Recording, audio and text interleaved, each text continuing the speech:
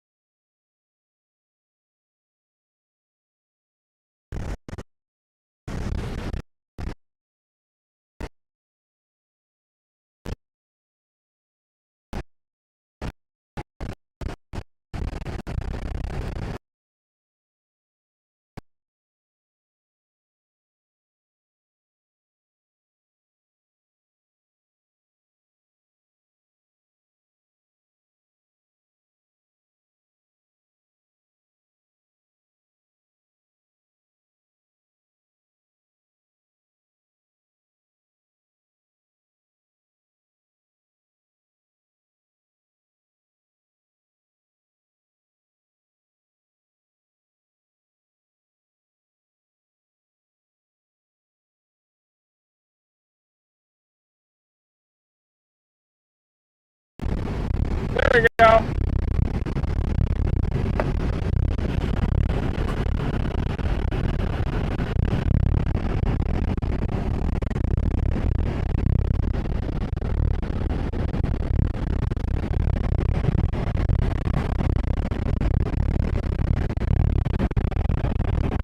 Test, 1, 2, 3. Testing that audio. Take out the mic.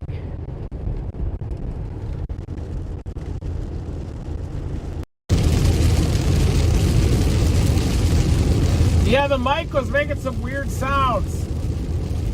I wonder if I was using the wrong mic. Maybe I was using the wrong microphone.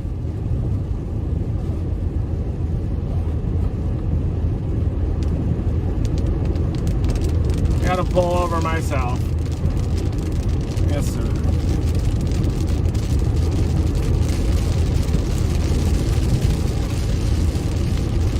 Yeah, I tried to shoot the that latest ASLive as well using the mics.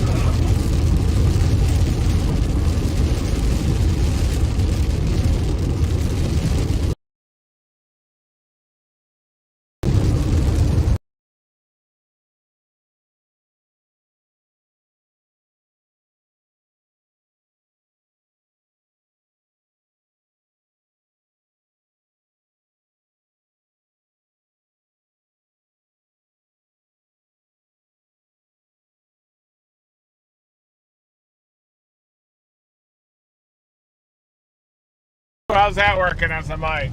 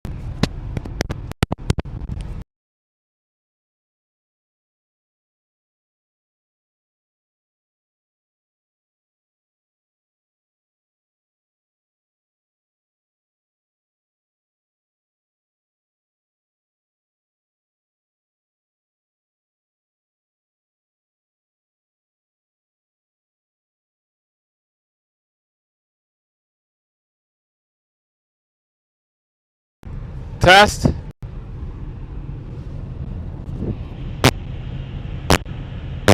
Yeah, it is working.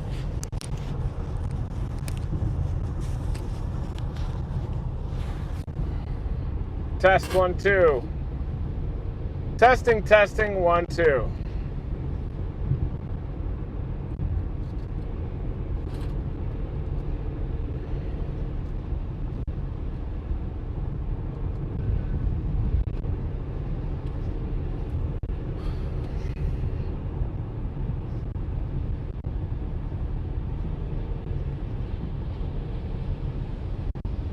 Nice.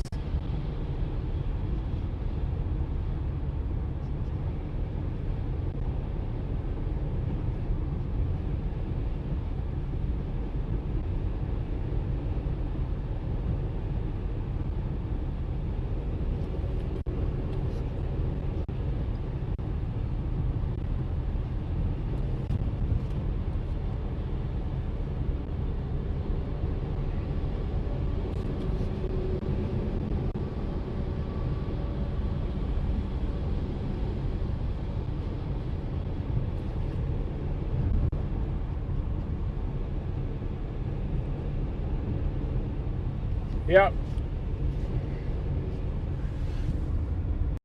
Welcome everybody. 3 days of storm chasing ahead. Today, northwest Texas into southwestern Oklahoma. And then also the moderate risk tomorrow. Looks like a tornado outbreak. High end potential tomorrow. I'm right along a stationary front that is draped from northwest Texas into southwestern Oklahoma all the way up into the south side of the Oklahoma City metro. And the Storm Prediction Center has upgraded the tornado threat in 2 different areas. One across northwest Texas, near Wichita Falls, Quanah, Vernon areas. And the other one is in east central Oklahoma into northwest Arkansas. I got to pull over and fix the internet on steroids here.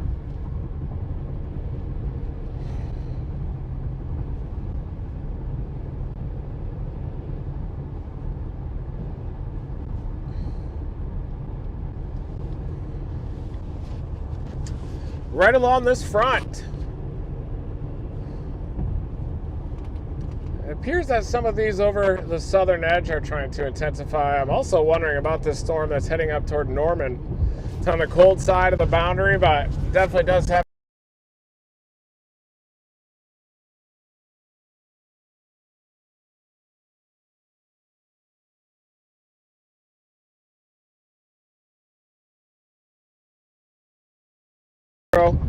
including Norman. There it is. Possibly going to go severe. It's right near Dibble, down toward Alex, Dibble, Bradley. But I am watching the tail end down here between east of Vernon, down near Wichita Falls, Seymour area.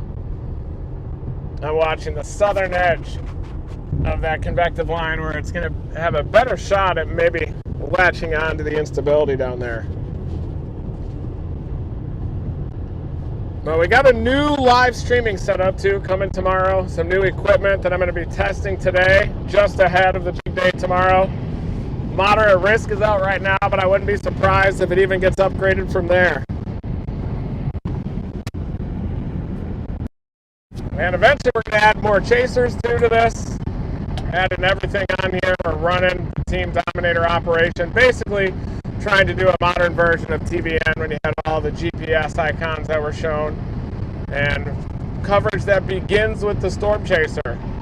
Not covered. We don't want to treat the Storm Chaser as just a moving webcam, but we want to begin with thoughts and the analyses from the Storm Chaser perspective.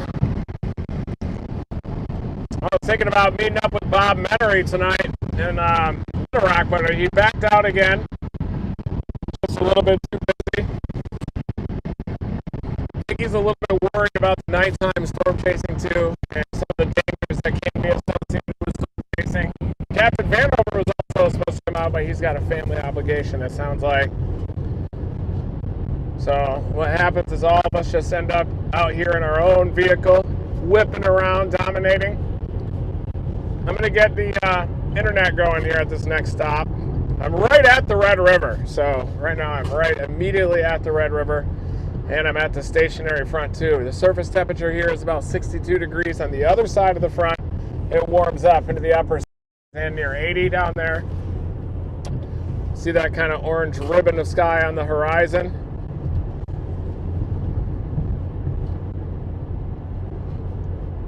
But we're just kind of salvaging a stream today. Today is a bit more of the day before the day. But sometimes these end up going bigger than the day. So I wouldn't even be surprised if this ends up going bigger than the day tomorrow. Well, it's not, but that's why you got to chase the day before the day. Today, a smaller number of storms. The 1 kilometer wind just above the ground is about 15 knots. Tomorrow, it increases about 50 to 60 knots. And that's going to be over a large swath of Louisiana, Arkansas, into western Mississippi, central Mississippi, and then pushing east in the overnight hours, including Alabama.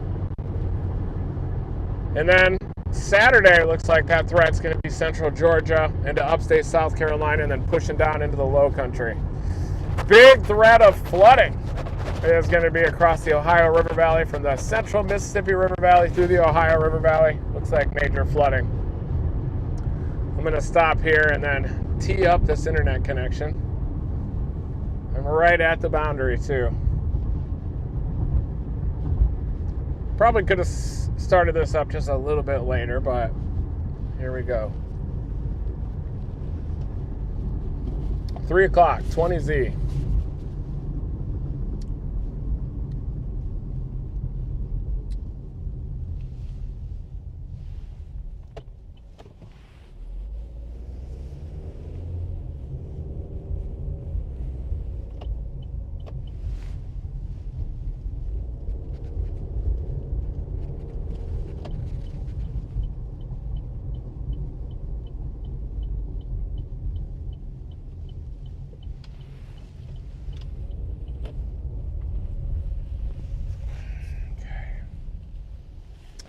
Time to hook up the interwebs.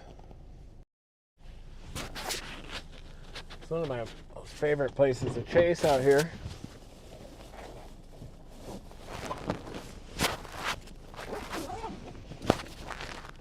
Oh yeah.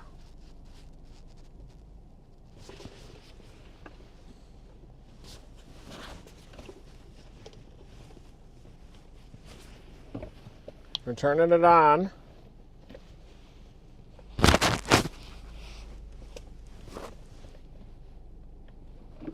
Brian, trying to at least.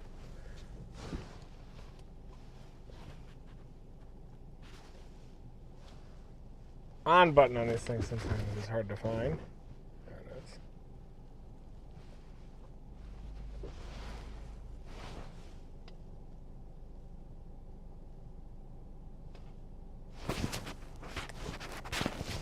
Does it? That's good news. You guys, new microphone set. Hopefully you enjoy this new mic set, everybody. Clean audio. So even when I'm in like 150 mile an hour winds, or if I'm like bobbing up and down in a storm surge, I'll still be able to get you good, clean audio.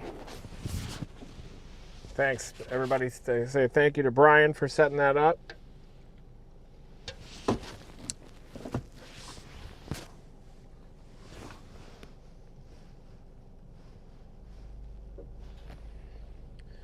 Tail end of this line is trying to intensify. You have a lot of elevated storms, and I could definitely see the front. That is the front right there, and I'm right along the front. You trailed all the way up to the Red River region, and it merges with those cells to the west of Wichita Falls. I'm probably going to end up way out here, northwest of Seymour somewhere. Let's loop it and see if that front is, and the front is still sagging south, but notice how it's anchored there, just to my southwest. See how it kind of stopped right there? It's not sagging as far to the south. I think that's just ahead of that meso low that's going to be moving right along that frontal boundary. Just a little weak surface low that's going to just meander right up that boundary. And that's what you're going to need to really get the realization of a non-zero tornado threat. You need one of those storms that's going to be able to anchor onto that boundary, feed into that warm, humid air on the south side of the boundary, and then everything will go big. These look a little strung out off to the north up in the Oklahoma City metro, but you do have that new mesoscale discussion off to the northeast, and this is also associated with that 5% zone of tornadoes. Looks like they are producing quite a bit of lightning up there south of Tulsa, up into the northwestern portion of Arkansas.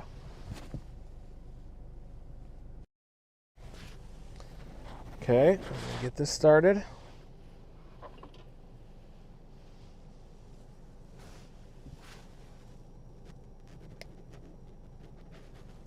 The pull down button. More.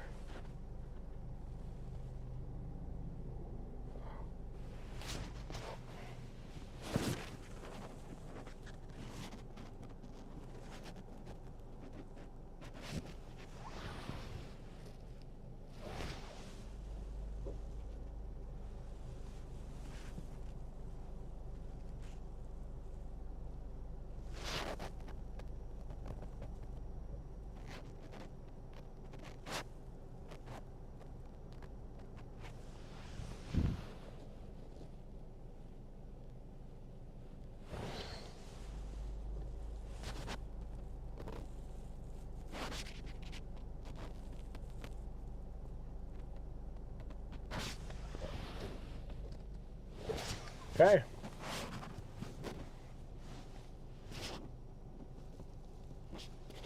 Should be working.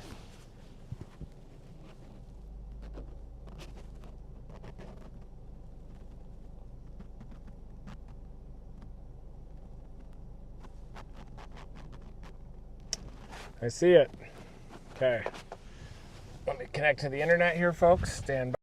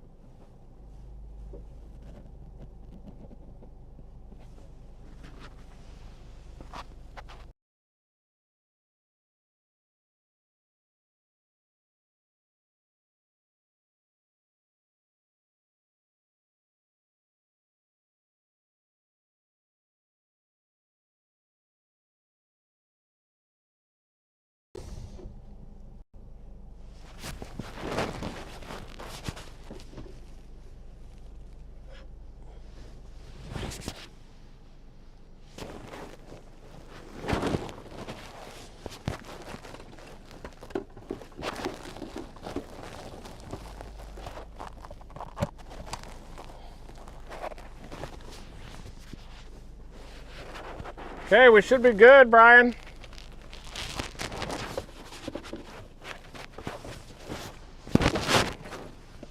Internet maybe won't be a problem anymore.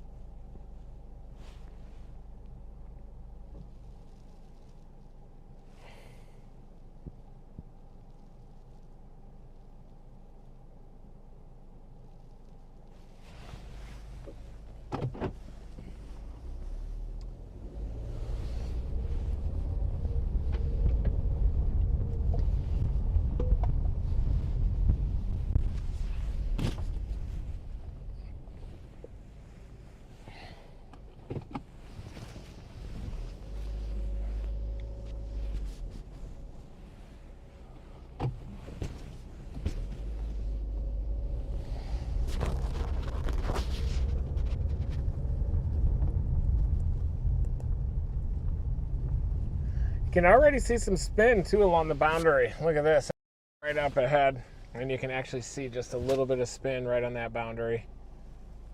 I could definitely see a little differential motion, and it's that spin right along a boundary like that which can be stretched into the vertical, and then you can get a non-zero tornado potential with a storm like this. Ooh, yeah, those southern ones are starting to erupt. I'm gonna have to get down there.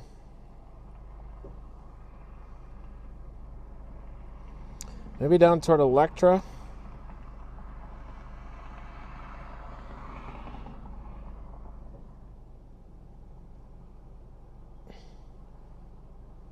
There is a severe thunderstorm warning just to the east of Oklahoma City, northeast of Seminole. That went severe. Looks like it's probably on the cold side of the boundary. It tried to develop just a little bit of rotation. There you can see that one. That's north of Wewoka. Got a nice tornado there on April 22nd, 2020. Right out in eastern Oklahoma. That one's severe. Tons of lightning on it. Definitely a large hail producer. Cromwell is probably going to get in on the action there. I was thinking about going east on I-42 and working that zone. These don't look as organized into the Oklahoma City metro. Oh boy, look at that one down near Vernon. From Oklahoma City radar, scanning a little bit higher up in that storm, you can really see the core. But it is behind the front. There's the front. It might take one of these to kind of latch and stay on the warm side or move right along that front. But I'm going to type in Electra and get a little bit closer to that boundary.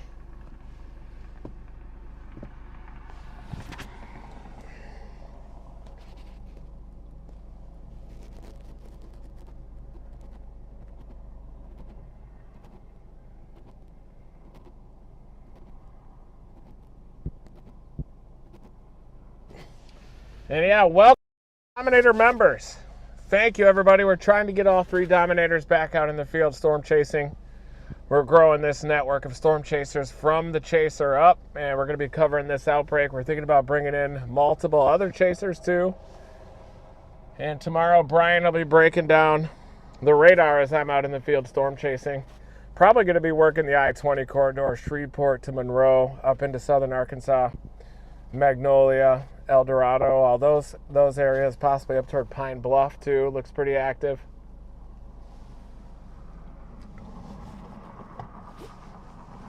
But we already do have the moderate risk tomorrow. Wouldn't be surprised if it even goes higher than that too. Hey, Triple Puppy, I'm actually stopped right now. I'm not driving. But I'll put it on properly once I start driving. Thank you though. But yeah, you gotta wear your seatbelt properly out there, folks. I support seatbelt safety, of course. But I'm definitely watching the spin motion right on this front. And you can almost see the horizontal spin, and all it'll take is an updraft to supercell to move over that front and stretch that spin into the vertical. Thank you, Dan. Team Dominator membership. Dan, Wisconsin, never stop chasing. I do a lot of in-depth analyses too for Team Dominator members. I posted those over the last couple of days. We take a deeper dive. We look at photographs, a focus on kinematics, the shape of the ejecting troughs, the latest in storm chasing science and news. Like we had that recent tornado in Los Angeles just east of there. It was obviously an occluded mesocyclone. You can see the whole clear slot cutting right into the mesocyclone, cutting across isobars. And you can even see the convective updraft, the intense updraft within that occluded tornado cyclone. Definitely a classic supercell tornado. I know there was a little bit of drama with the National Weather Service on confirming the tornado, and there's all those videos that were out there. But I think you got to kind of take it easy on the people of Los Angeles, just because the Weather Service, they don't get a ton of tornadoes out there. So you get one like that, they're probably just speechless as to what they should do. They didn't want any news to get out until it was confirmed, but saw all that happen out there too. But yeah, I'm going to be chasing this event, Northwest Texas, into southern Oklahoma today. And then I'm going to do the all-night drive, probably towards Shreveport, work the I-20 corridor, and then also up toward southern Arkansas. I did have to get a new drone, so I've got a new drone back behind me.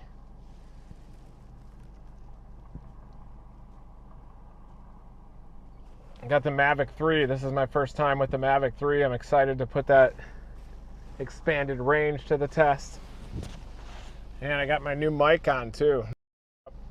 I am seeing that there is that belt of orange right on the horizon. That's the unstable side of the boundary. Temperatures down there are in the upper 70s, so very warm down there on the warm side of that boundary.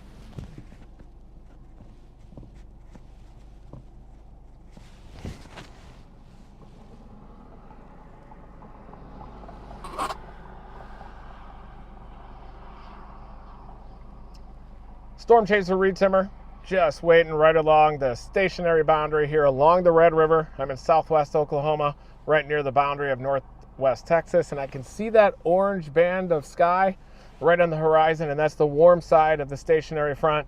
But it's this boundary, this stationary front, that's going to serve as the focus for explosive supercell development through afternoon and evening, and these storms are going to be capable of producing gorilla hail, 2 inches in diameter or greater. Even those that migrate on the cold side of the boundary are going to be producing big time hail. And there is an isolated tornado threat today as well. Any of those supercell storms that are able to kind of latch on to that humid air on the warm side of the boundary will have the potential for a tornado. And then tomorrow looks like a large scale tornado outbreak across the Mid-South. Louisiana, Arkansas, up into western Tennessee, Mississippi, and then pushing east in the overnight hours. A classic Dixie Alley tornado outbreak during the day tomorrow. Come on, get in there, Dan.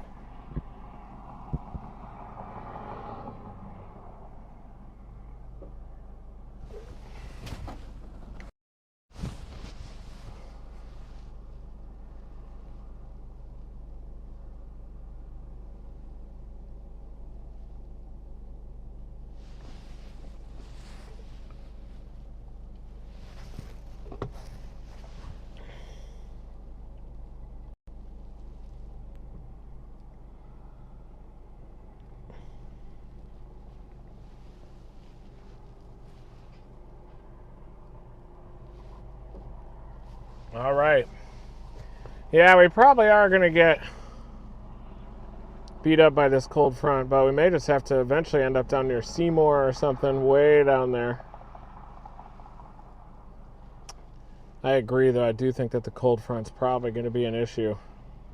Probably going to end up heading down towards Seymour. Let's do it. Northwest Texas.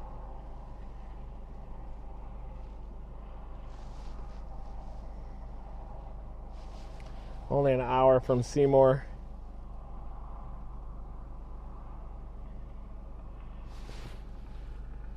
Probably get bigger hail just on the cold side of the boundary where a supercell is able to be just a little bit elevated. I don't know. What do you guys think? Do you think it's going to go high risk tomorrow, or do you think they're going to keep it moderate? I wouldn't be surprised if it does stay moderate just because of that last moderate risk. Busted a little bit across North Texas, and then the 3 days of enhanced risk and 10% hatch. could be a little bit of a human element there to maybe not go high risk unless it's absolutely necessary.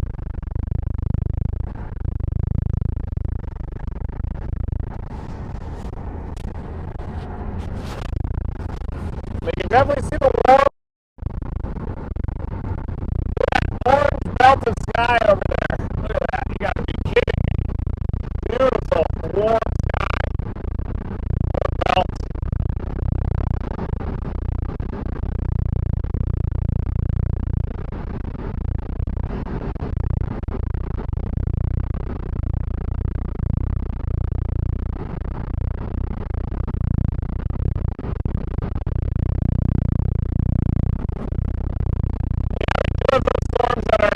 Getting up closer to the OKC Metro. They don't look like they're going the oh, we got a severe thunderstorm warning to our west. Probably have to go after this, I guess. There it is. We got a severe thunderstorm warning to our west, folks. We're going to go after it. What's that?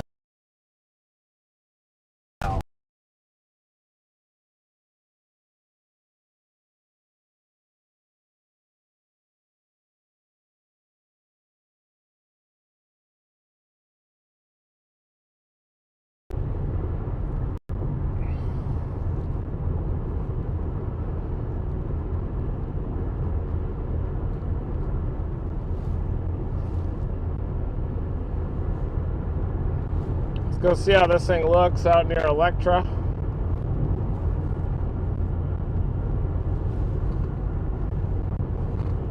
"25 miles to the west."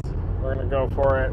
It might cross the river, but we would need that thing to latch anyway. So I'm gonna go through Burke-Burnett. Yeah, we're gonna try to get on this. It's just west of Electra. The key today, we don't want to disable the vehicle before tomorrow's chase. That's what happened to me during that big Pecos Valley chase in 2020. I got visual of a wall cloud to my west, folks. Already got a wall cloud out there, and it's probably the severe storm. You can see it way out there a ways, but there is that wall cloud. I can see it right on the horizon.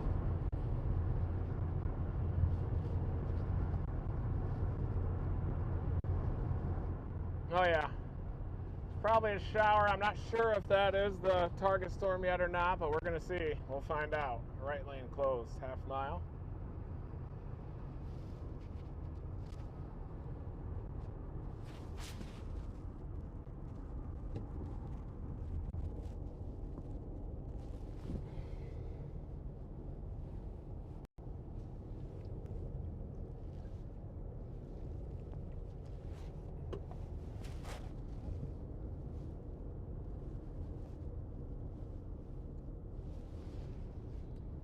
Into the Red River.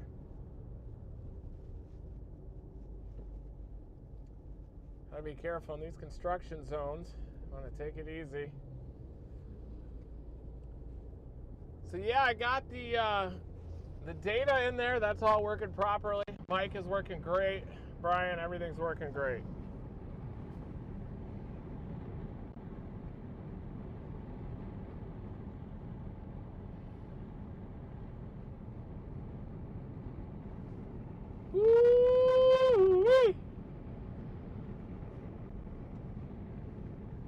Hopefully my mic is working good. You guys enjoy the microphone? I said, do you guys enjoy the microphone?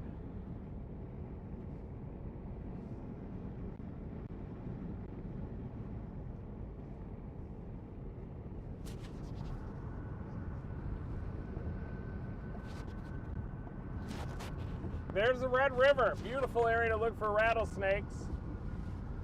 If you're into that, also a great place to noodle. Catfishing, you just wiggle your little finger underneath the bank and bam, you can pull out a monster catfish. I've done spoonbill snagging in Oklahoma. You got to have a license to do that.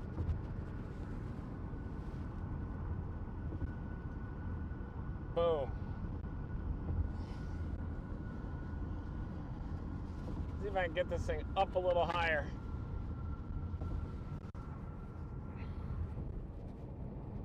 Look at the beautiful Bradford pears. Wow. Here's Burke Burnett. Saw a massive hailstorm here, I think during the pandemic season 2020. We'll go get this severe storm, even though we know it's on the cold side of the boundary. We might have to end up on that storm down near Benjamin.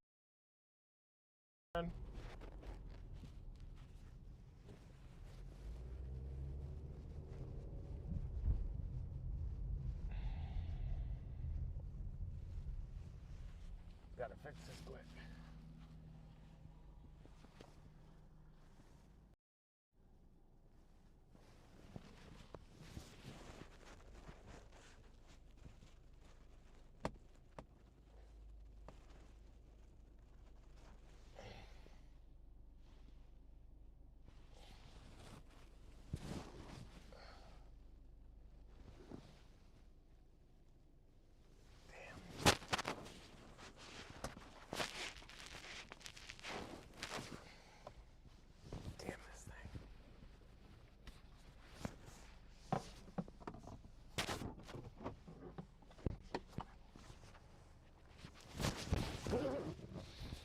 Oh yeah, I'm on the warm side of the boundary. That is for sure. Holy cow, you gotta be kidding me. Definitely on the warm side of the boundary.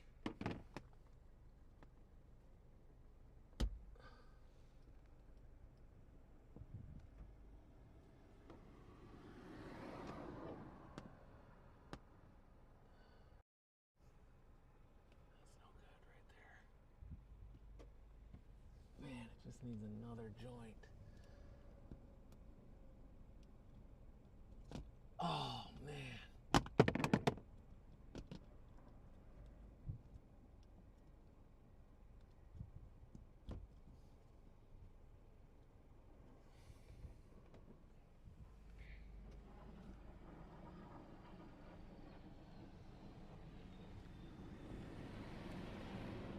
Test. Really want to get that mount out of the image.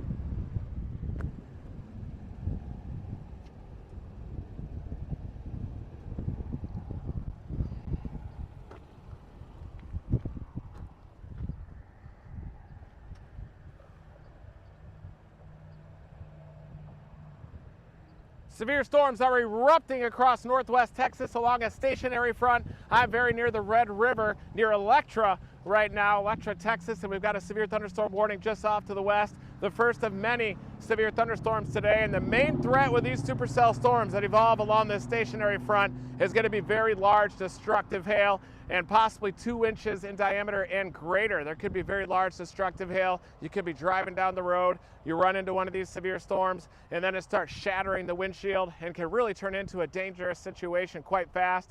There's also a low threat of a tornado or two, but the main threat, significant threat of a tornado outbreak is going to be tomorrow. Very concerning forecast model information showing a parameter space across a multiple state area across the Mid-South that's supportive of strong to potentially violent long track tornadoes, and that's going to cover a large swath of Louisiana, Arkansas, up into Mississippi, Tennessee, and pushing east in the overnight hours. This one looks like it's also going to be a nocturnal outbreak of tornadoes as well.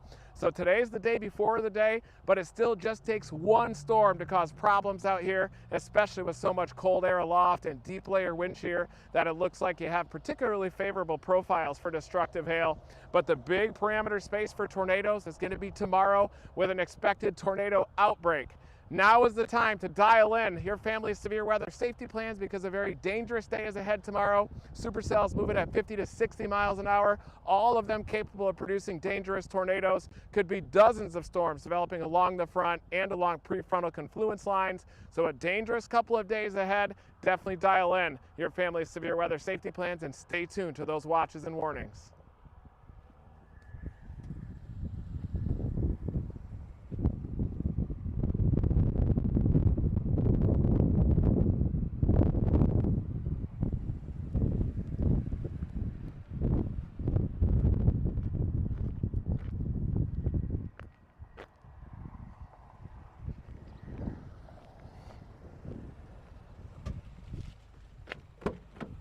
That's for Accu.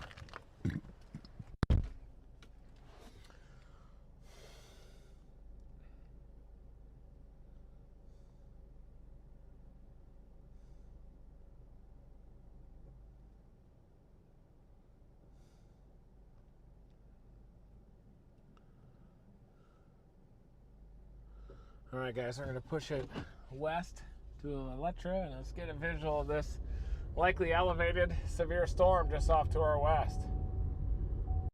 Not chasing. Storms aren't going to chase themselves, are they?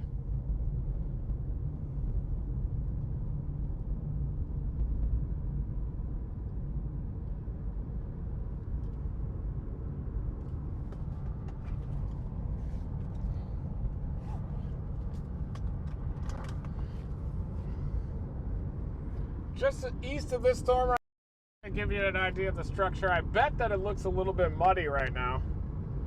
I had to guess. It probably looks a little bit cold, just a little bit elevated.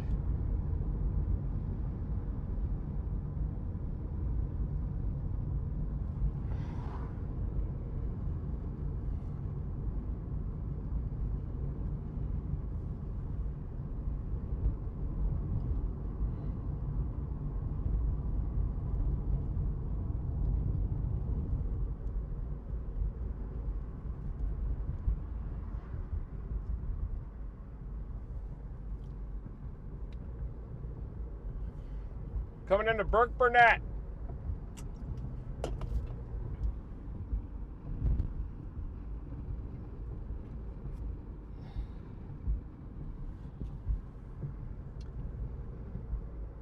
Do not at me, Dan!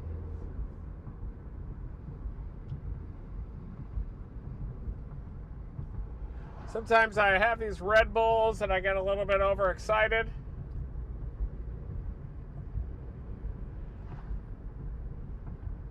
And we dropped that multiple severe thunderstorm warnings east of Norman. In fact, there's one north of the Oklahoma City Metro to the east of Guthrie right now. Looks like that's in effect for Stillwater. Off to the east, holy cow. Coming into Burke Burnett. This storm is severe. Our target storm is severe. There it is. There is the target storm. I'm at Burke Burnett, headed west. We're going to sample this thing. Probably is producing some large hail already.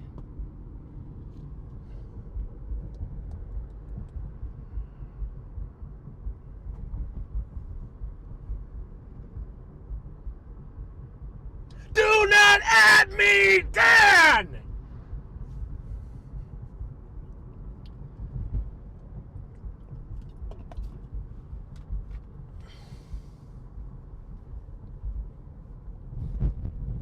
Don't at me, bro! All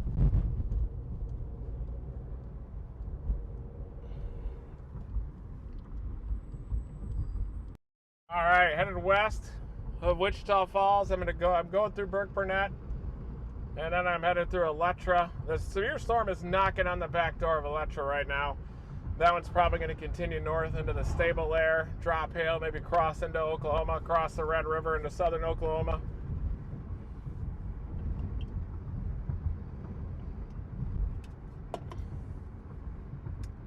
But yeah, I'm thinking about bringing on Dan and Mike onto the show. So Dan Castro has agreed to volunteer to appear on the show here on the Never Stop Chasing show. Thanks, Dan. Dan will be able to provide expertise, tapping into like 20, 30 years of experience storm chasing. Mike Lashendro as well. Really tapping deep into that experience, that wisdom. The Omaha Twister Chasers team back in the day used to be so prominent on the TVN platform of live streaming. Now, all kinds of knockoff TVN platforms that are developing out there, all kinds of live streaming. You got, it's pretty awesome to see kind of the whole storm chasing community evolve into this wild west out here. Just saw like 6 chasers in a row led by Jaden Pappenheim back there. I think Marcus Reynolds was with him, a couple others. Watch that storm on the I-40 corridor just to the east of Norman. It's a ways east of the Oklahoma City.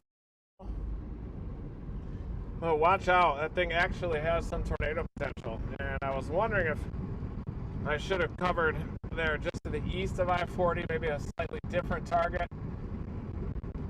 But look at that thing. It does look like that one's trying to latch onto the warm side of the boundary. Let's see if it's spinning. Just waiting for that data to pop.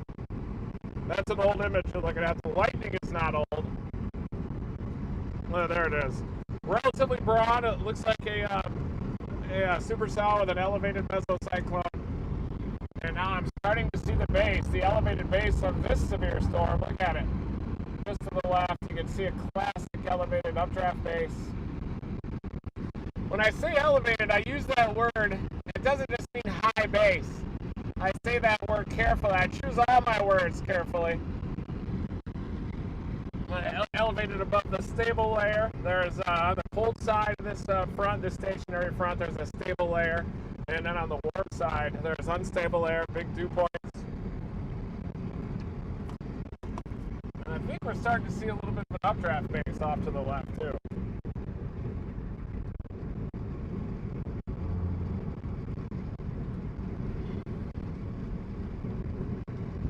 This also does have an elevated mesocyclone on it.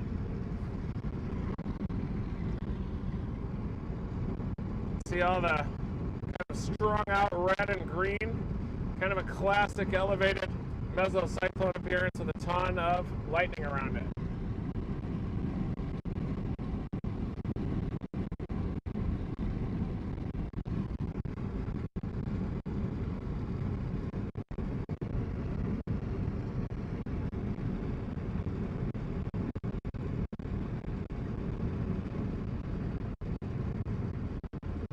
Actually, that is a nice supercell.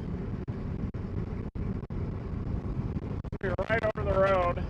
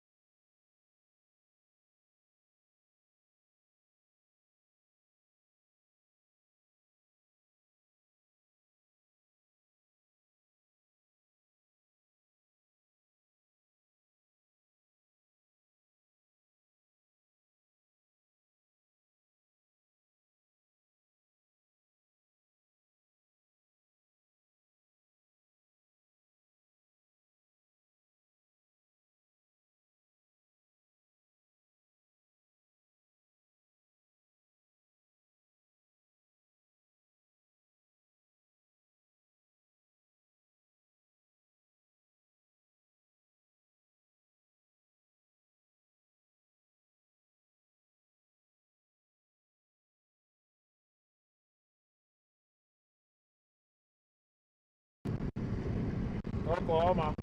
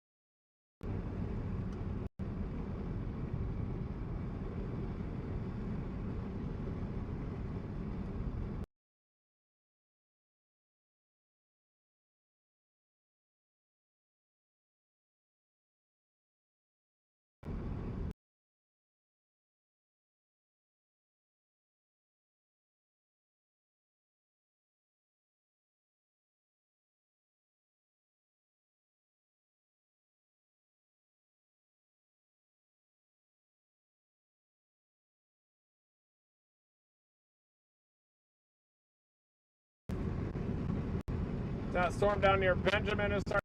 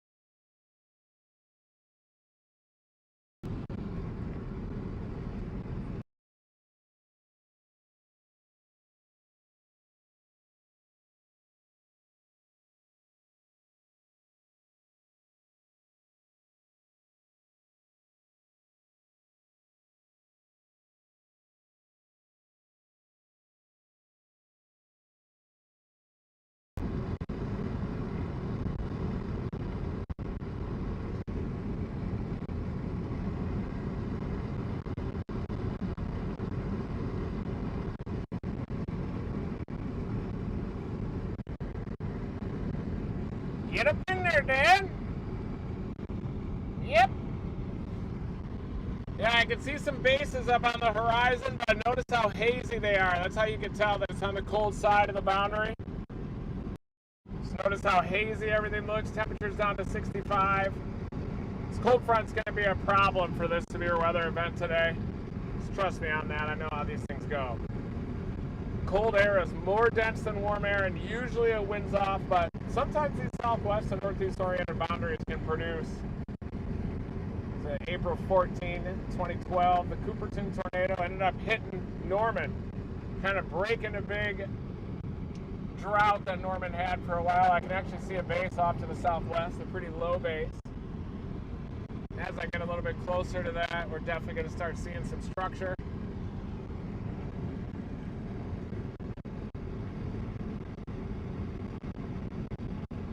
Yeah, we got this new microphone. Look at this little thing dangling down here. We're all professional now. We got microphones just dominating. Might even see some blue bonnets. Probably not in North Texas. I think they're a little bit further down. And I can definitely see a base and some scud lowering action off to my left. It's probably that new storm that's coming up. It might require some of those supercell storms to develop further south, deeper in the warm air, and mature before they hit the boundary. And I think those might have a chance at producing an isolated tornado.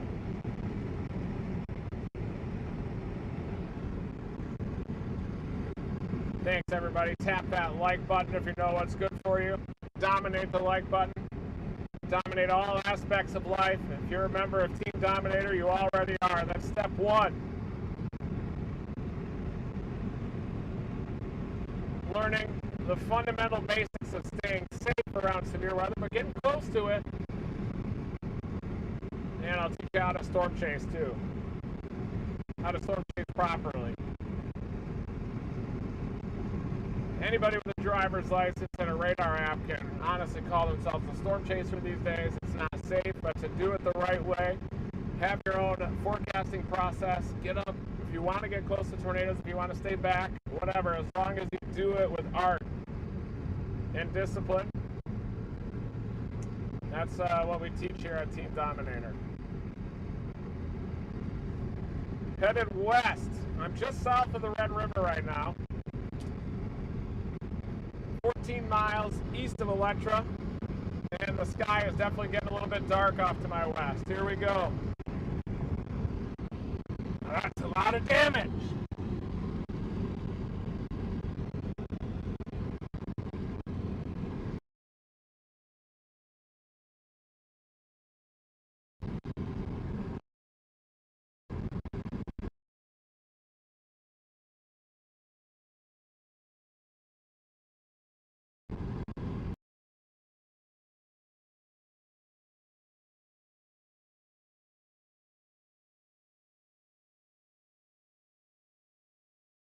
Might even have some decent hail on it.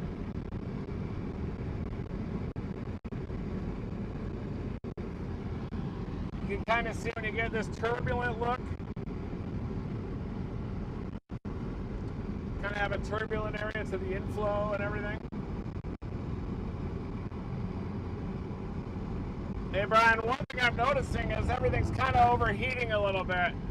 I think with the microphones in, I'm gonna have to turn on the AC.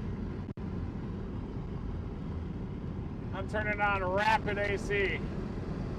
As cold as it gets. This storm does have an elevated mesocyclone on it. It is on the cold side of the boundary. 65 right now, just east of it.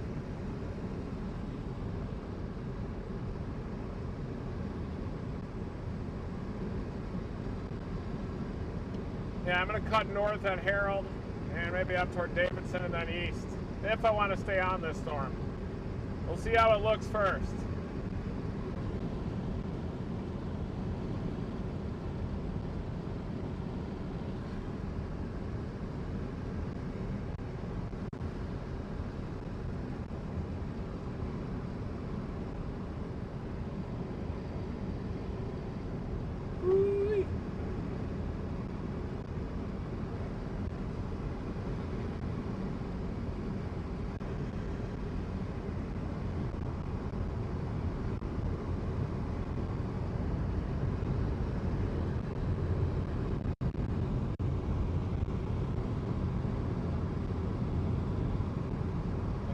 Updraft base off to the left. You're probably going to see this kind of smooth, seemingly elevated base up ahead, and it'll just suddenly get dark. You might see a big, very laminar shelf cloud.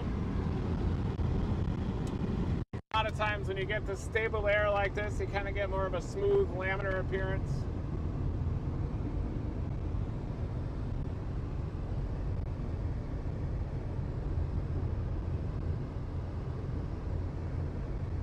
Probably have to cut in on the backside of the storm.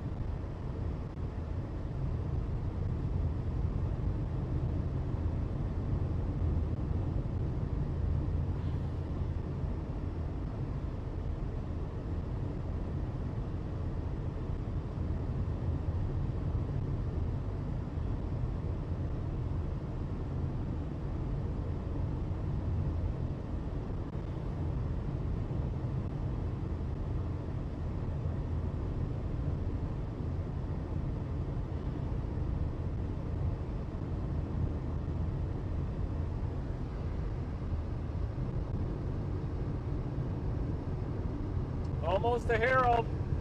Starting to get visual of this severe storm now. There you can kind of see it. Definitely can see the elevated appearance. That's the base right in front of me. You can see the base now. It's severe.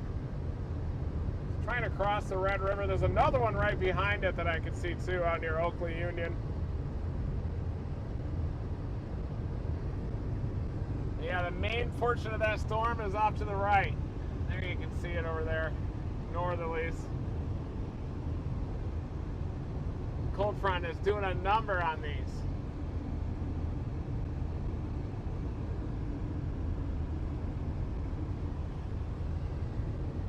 You're actually looking at the next storm down.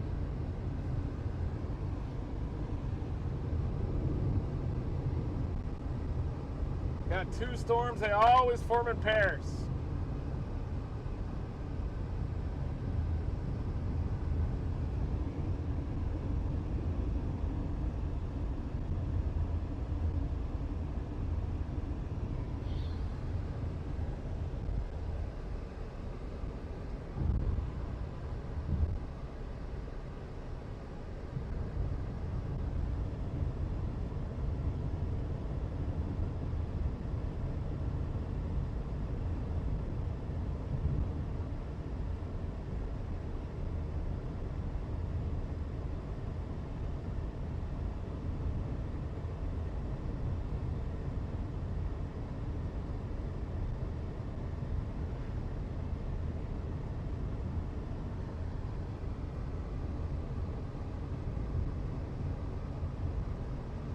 to come up on the backside of these in 6 miles once we get to Harold.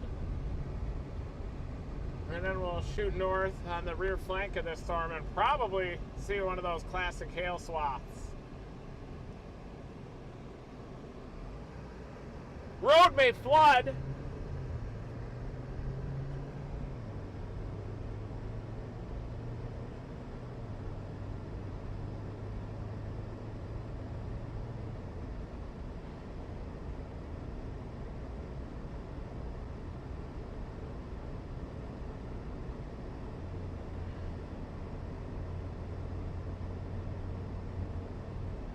Yeah, there's the base.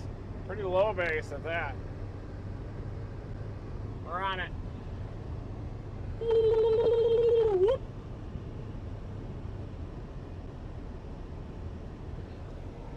Try to prolapse this.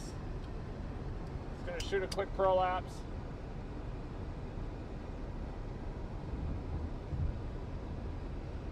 Come on.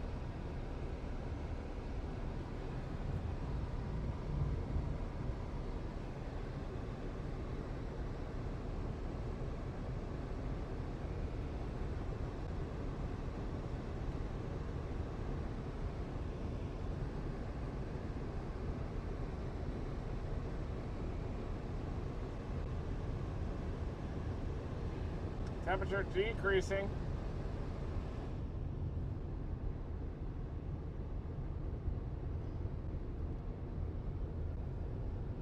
Nice base, shelf deal. Well, yeah, see how it's smooth and laminar, just as we anticipated? It's because this is an elevated supercell. You're almost looking more like a shelf on this. Coming right into Harold.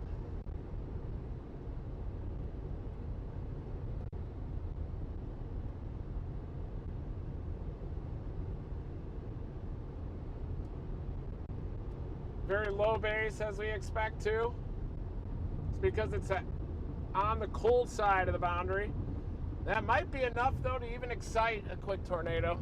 It's really low bases. You can get a little belt of easterly winds right along the boundary, but I definitely am seeing these northerlies.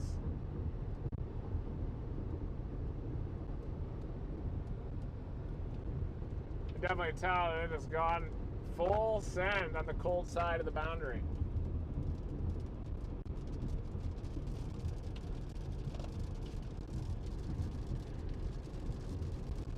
Yeah. Look at that scud bomb right in front of us. We got a scud bomb right in front of us.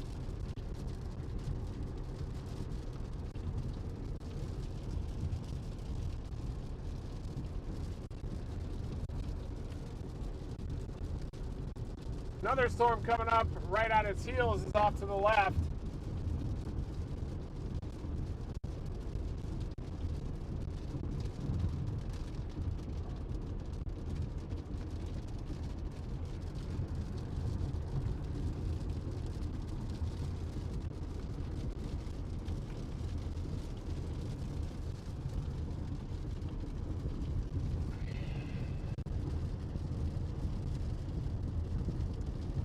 Yeah, this next storm up may have a little better shot at latching, but I might end up having to go on that storm west of Seymour a ways.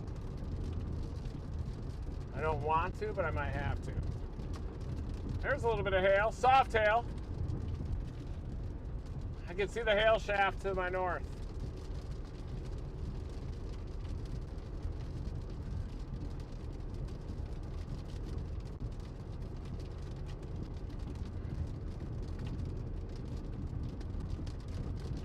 Okmulgee now has a severe thunderstorm warning. Henrietta. The highest echo tops and healthiest storm is in that Okmulgee area right now. Actually has low end tornado potential. Look at that. Just north of Henrietta, Okmulgee are in the forward flank downdraft. Well, that's the healthiest looking storm out there right now. There's the front up to my south.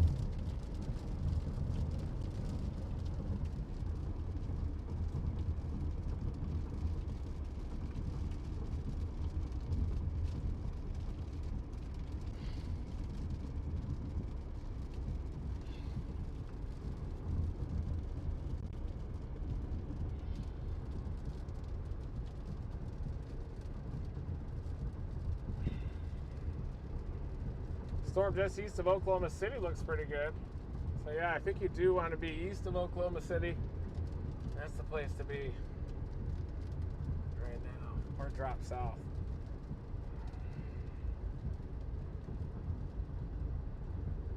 That area, northeast Oklahoma, there's a mesoscale discussion up there. You've got a couple of elevated supercell storms. Oh boy, look at that. The HRRR did a very good job at predicting those rogue, kind of slightly elevated hail producers up there.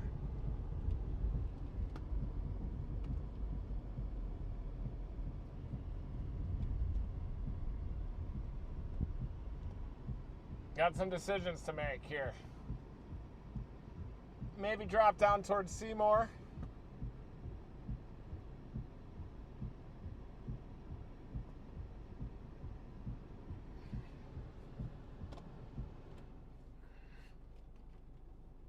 Yeah, that fixed the phone, just turning on the air conditioning.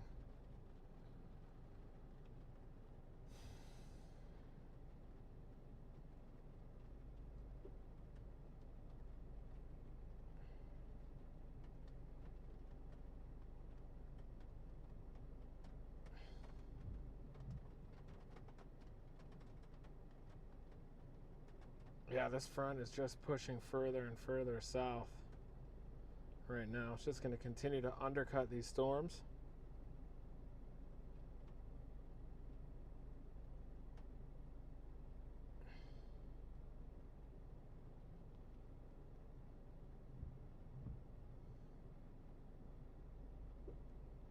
Yeah. Here's the severe storm, and you can see even scanning up higher up on the radar, you can see that classic sickle shape to it. Look a little bit closer, and of course, some ground clutter in there. Definitely does look a lot more elevated though. Great, there's Hertz.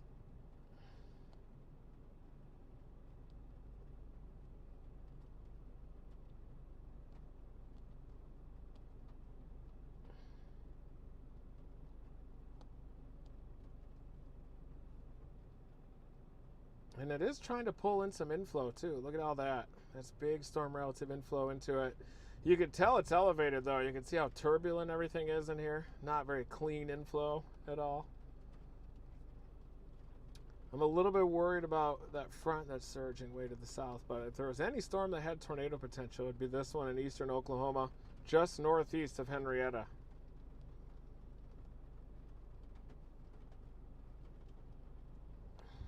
Thinking about dropping down on this one, even though the front is clearly about to get impacted by it. It's possible that I could turn right, anchor on that. Maybe one can start dominating and move right onto that, off that front, but I don't think so. You can see the front just sagging down to the south. It's through Burke Burnett now.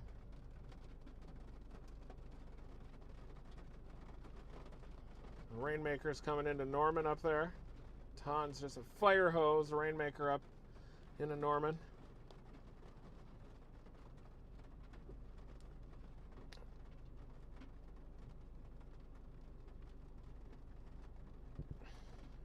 Decent echo tops on it. Not explosive development by any means. You can see that the ones that go elevated get much higher echo tops on them. So I got a decision. Do I drop down to this tail ender? Let's take a look at the environment. That's the corridor for the greatest threat of hail down into northwest Texas, a little bit further south.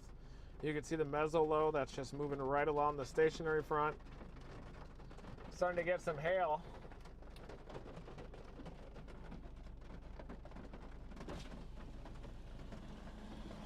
A little bit of hail.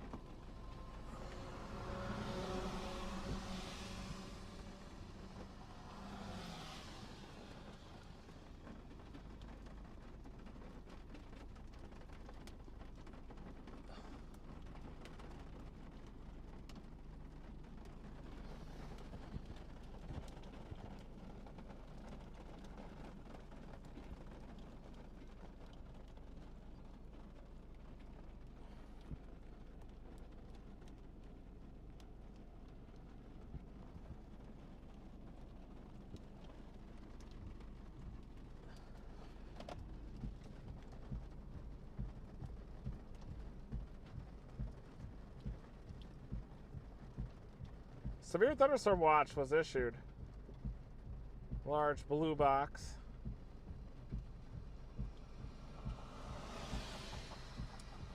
It obviously includes a large swath from northwest Texas into central Oklahoma, including the Oklahoma City Metro, up through Ardmore as well. Eastern Oklahoma, some of these elevated supercells moving into northeast Oklahoma too, northwest Arkansas.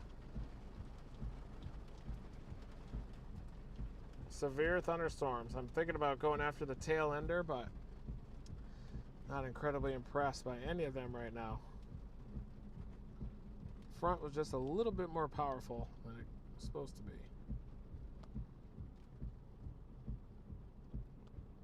You can kind of see the mesolow back there. Look at that little backed wind area. I wonder if that could slow the progression of that front just enough. Maybe. There's all your instability. Look at that. It all depends on if that front's going to undercut that or not. I think we've got to get down on this storm. Those southeasterly winds matter. 2500 Cape. Look at that circle of 2500 Cape. Southeasterly surface winds. Not much shear though.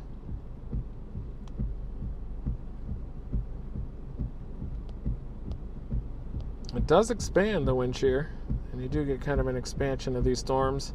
Little 200 0 to 1 kilometer shear works in. And kind of this belt of decent wind shear develops all along the stationary front.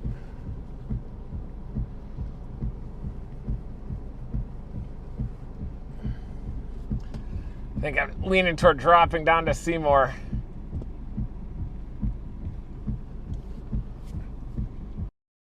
Thank you everybody for joining this live stream. Thank you Team Dominator members. Thank you everybody for joining the Team Dominator community here. New severe thunderstorm warning on that storm east of Frederick.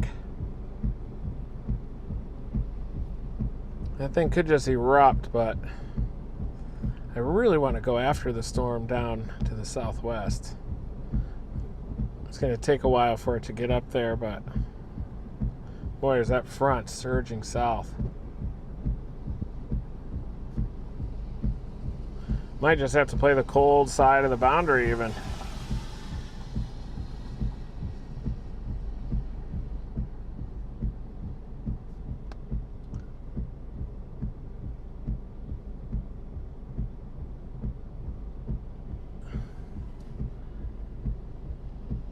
Thinking about just going back toward Burke Burnett even.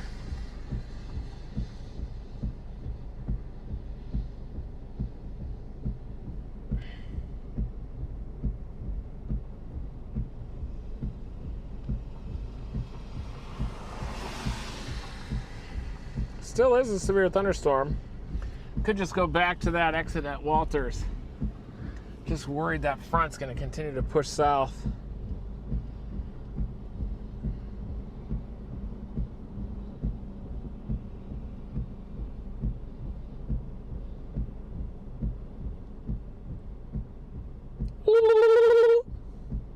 But yeah, I'm thinking about going after this severe storm and just positioning for the big hair. You got this one out near Granfield. That's a decent storm. I'm using the Oklahoma City radar because it's so close.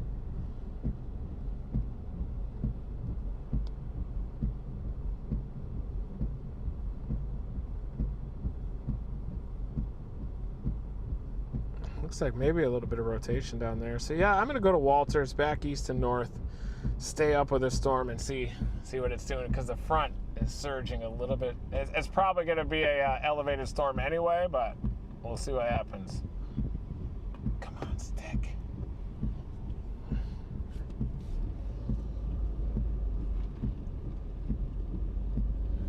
There's the core on the left. Look at that.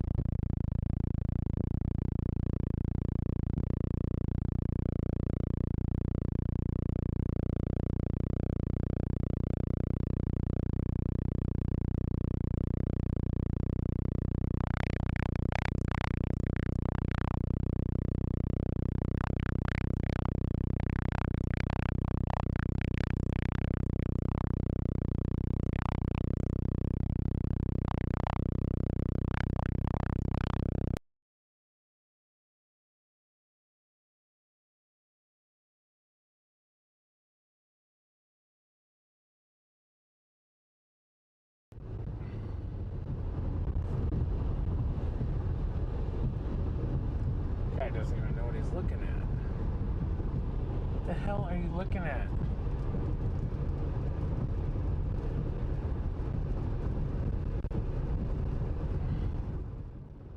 Yeah, hello? I did. Let me do it again?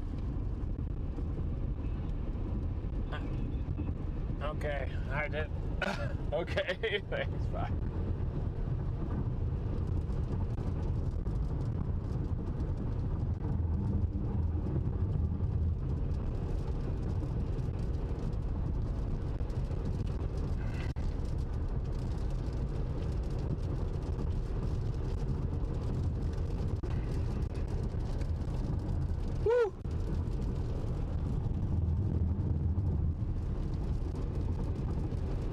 I'm just going to get back in front of this near Walters, but there you can see the hail core, elevated storm, elevated severe storm headed up toward Walters. There you can see the front, though, way on the horizon.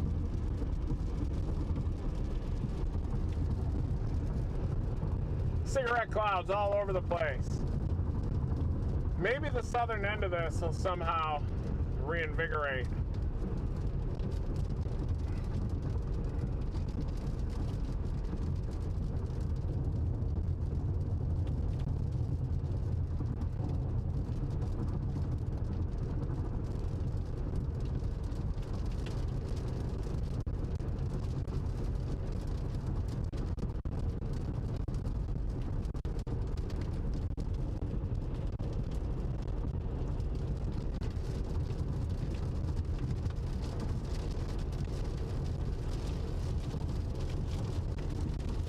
I think that's the base up on the left.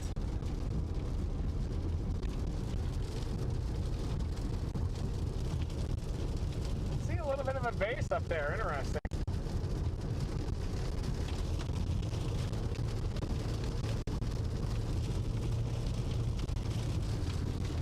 No, I think that's just kind of a scud finger, a filament of scud.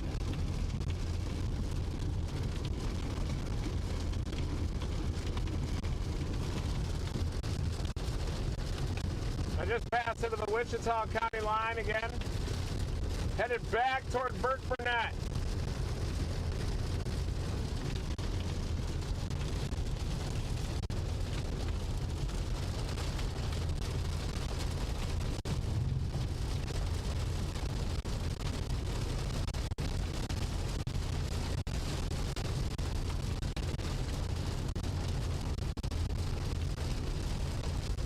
Look at that line, that orange, unstable, untapped air down there. These storms are just having a lot of trouble reaching it.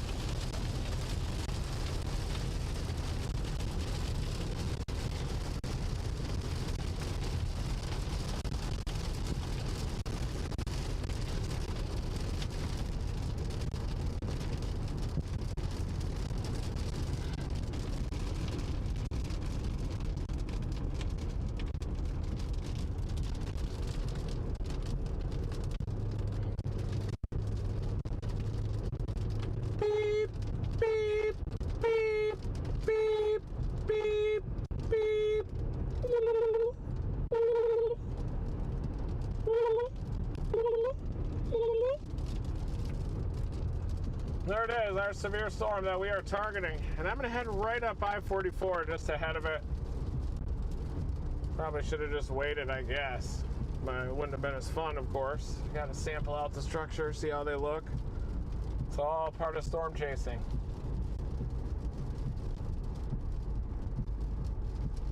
But yeah, it looks elevated. Maybe a large hail producer right there. It looks like a nice core south of Loveland right there, just south of Loveland, Oklahoma.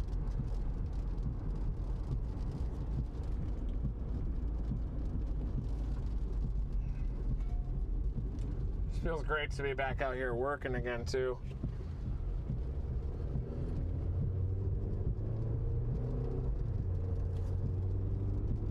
Tomorrow is going to be the big stream. So we're going to have Brian working the radar. Might have a few other storm chasers, too. Kind of starting our coverage, though, from the field. Starting with the perspectives of the storm chaser. And just building up from there.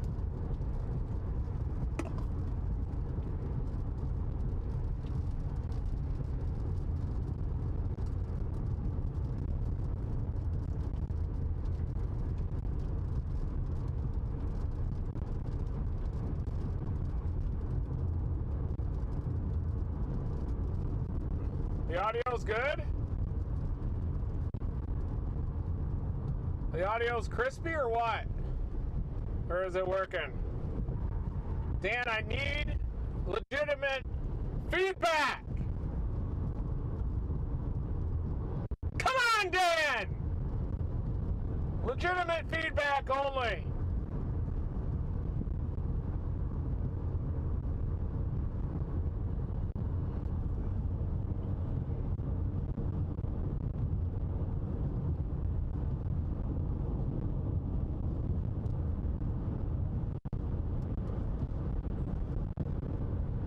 Dan, can we pipe you in? Pipe you in and have you as a guest. Gotta have you as a live guest. What an honor for Dan.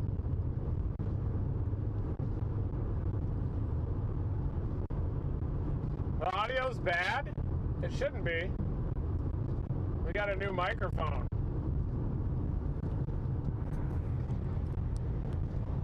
Maybe I need to put it closer to my head. How about that? Directional.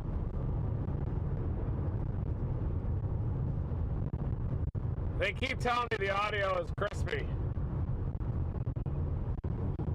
There's the front. You can see the front.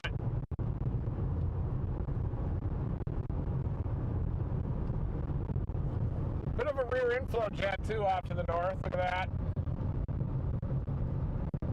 Kind of see the back side of the elevated updraft face. We're really looking up there. That's where we're watching. That dark area, that dark mass, that's the elevated structure of the storm. Kind of the back side, you're looking at the ass end of that storm right there. The elevated storm, severe storm. I'm looking for lowerings up around the bend, but I'm not anticipating them because it's elevated.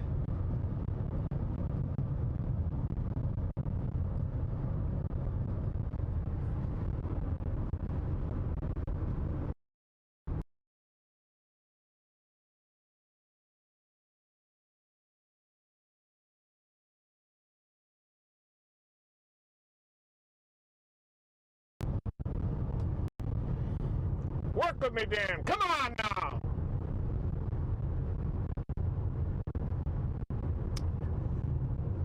All severe thunderstorm warnings right now.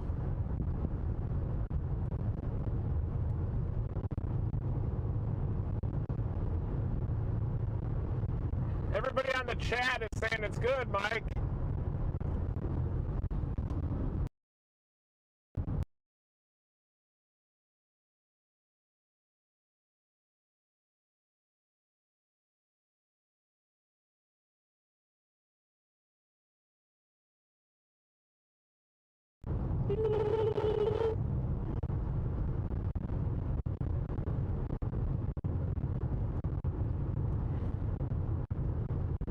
Yeah. It's not working too bad at all, I don't think. I'm just minding my own business, heading up to Walters.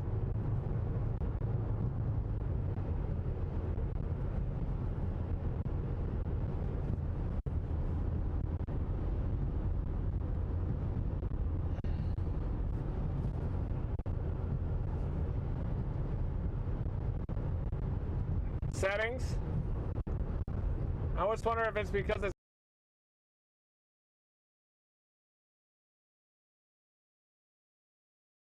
it's not pointing straight at me.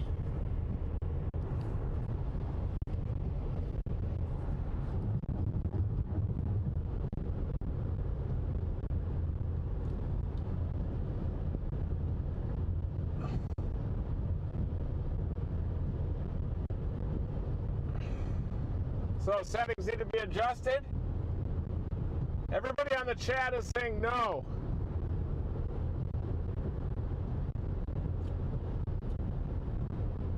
Clean audio is just what the doctor ordered. Welcome, new Team Dominator members. Thank you, Jackie.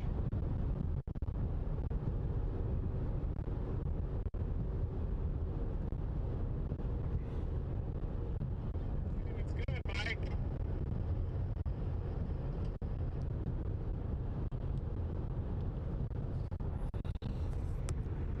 Too close? How about that? How does that sound? Was that a little bit better? Is that better audio? Test, test, test. Yeah. It's not working too bad at all, I don't think. Just minding my own business, heading up to Walters.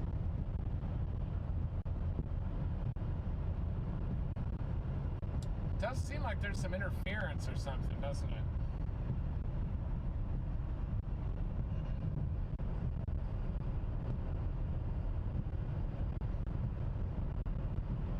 Settings. I was wondering if it's because it's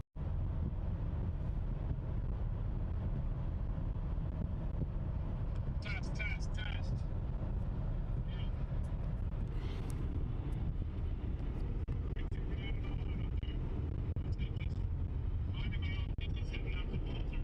Trying to fix it. It does seem like there's some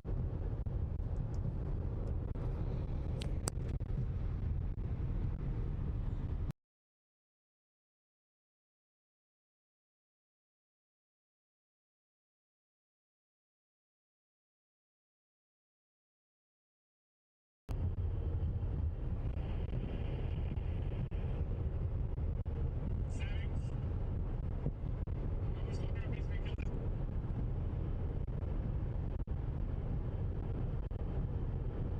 test, test, test.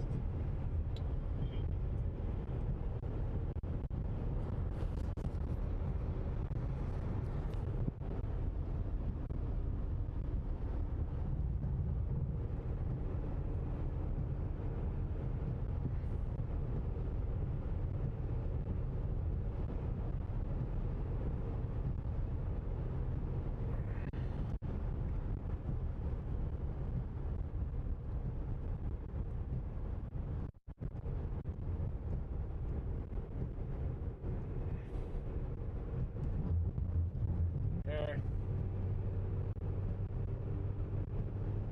Yeah, I'm gonna try to unplug this for a bit, see if that works.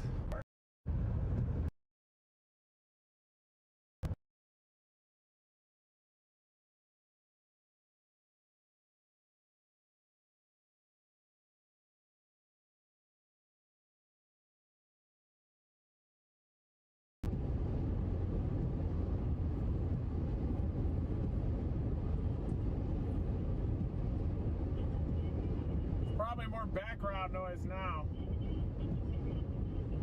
Trying to fix it.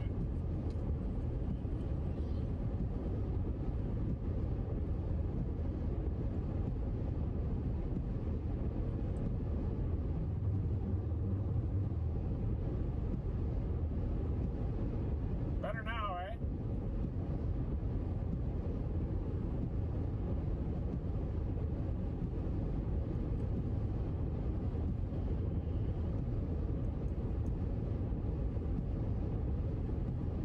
Yeah, it seems to be working better without, doesn't it? Without the microphone in.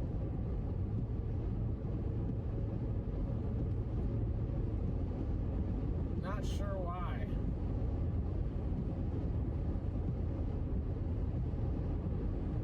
Yeah, so that's without the microphone set right there.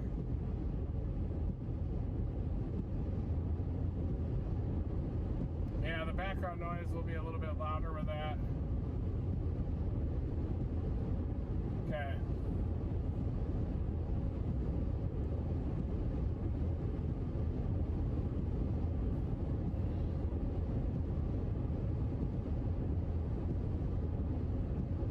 Yeah, this thing is still intense right over Loveland right now. It is behind the front, but maybe it'll catch the front too. We're just coming into the good air again. That's the storm off to my north. I'm going to hit Burke Burnett and then rocket north on I-44.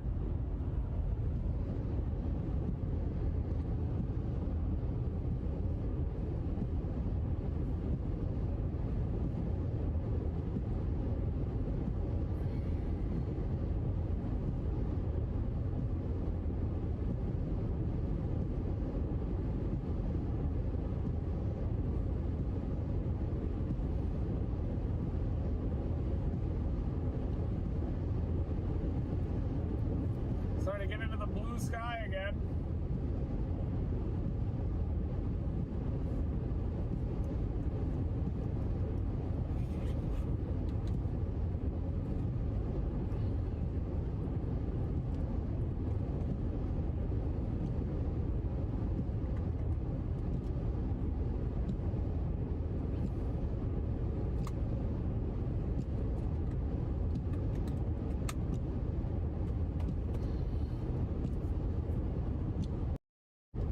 Thanks everybody for joining us.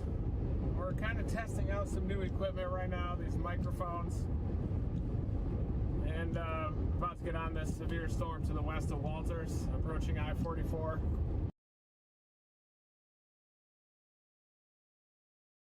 Near the Red River.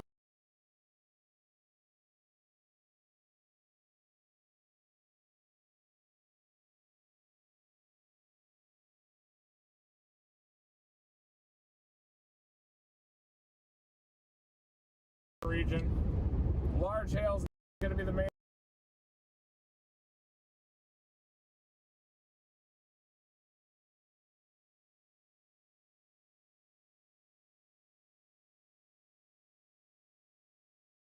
So that's probably why.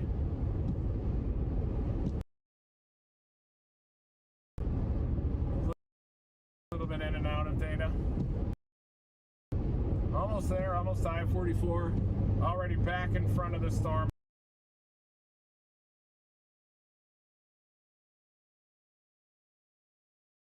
And then I'm going to shoot north on I-44.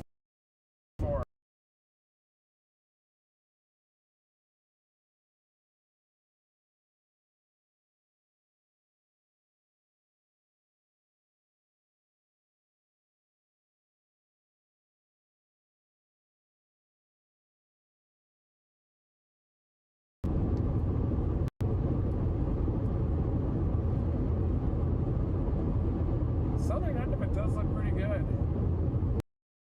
I'll be able to get it up near Walters. Storm off to the south is now behind the front, northwest of Seymour.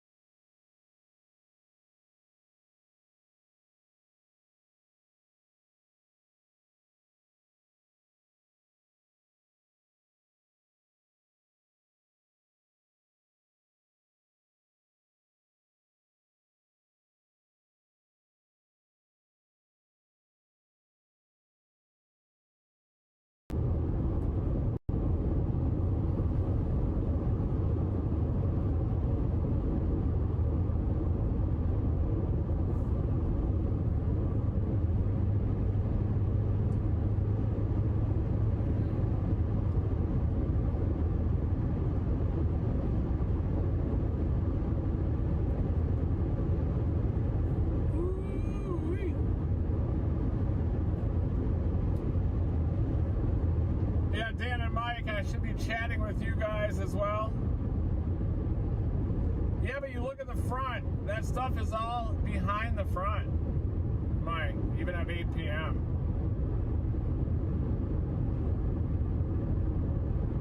You got northerlies right up there. So Mike just sent me this image, and even though at 8 p.m. it does show those intense storms back near the Red River, they're having trouble staying ahead of the front. The cold front surging down, and they're definitely getting elevated. And this might just be depicting the first round of storms that's coming through right now.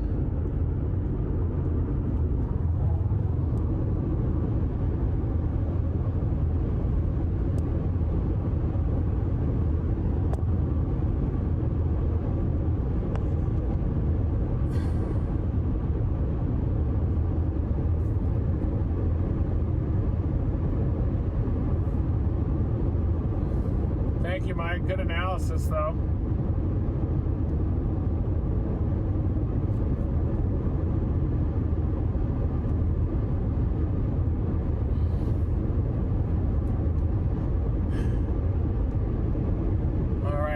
trying to salvage a hail core intercept up here on 44 North, almost to 44.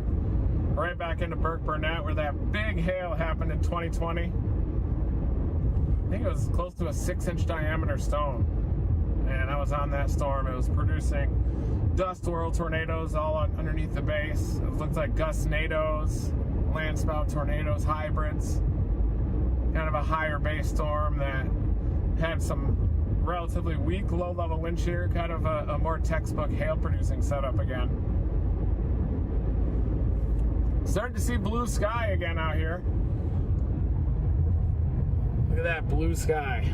And you can also see towering cumulus off in the distance.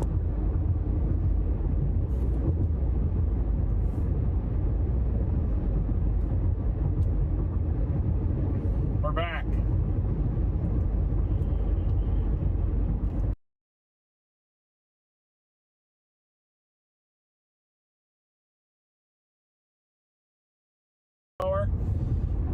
You'll probably get, even though it's late in the season and it's spring, you might even get a little bit of lake enhancement off Huron. Definitely some unimpeded winds off Lake Huron.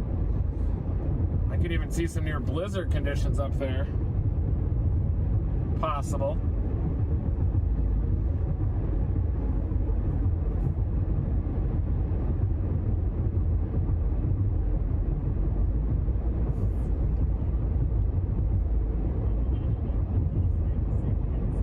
Oh, I think that they've been developing undercut, Dan. I think as these storms are going up, they appear to be a little bit undercut.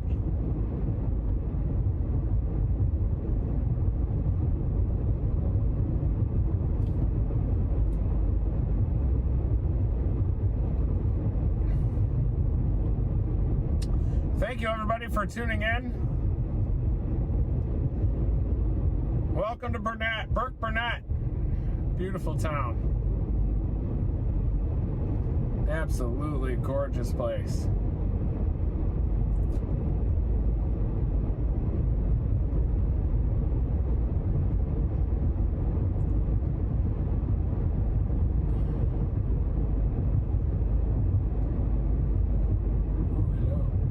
I'm pretty sure that this is actually not the real police car. I thought it was just parked there to kind of control traffic, not actually manned. So we're going to get in front of this severe storm and watch this thing plow into us up here.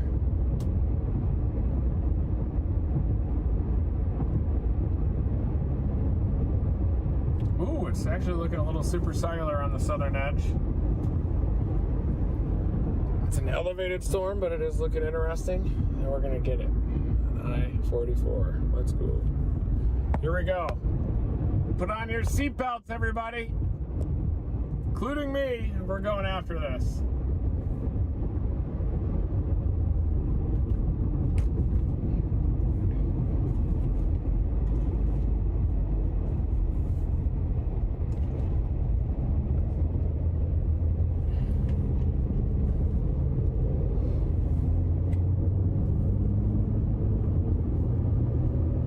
Hail core intercept is imminent. If you know anybody in the path of this, share this stream. Immersive infield coverage coupled with meteorological expertise.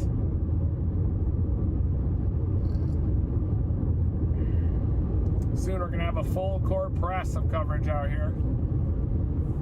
And Team Dominator.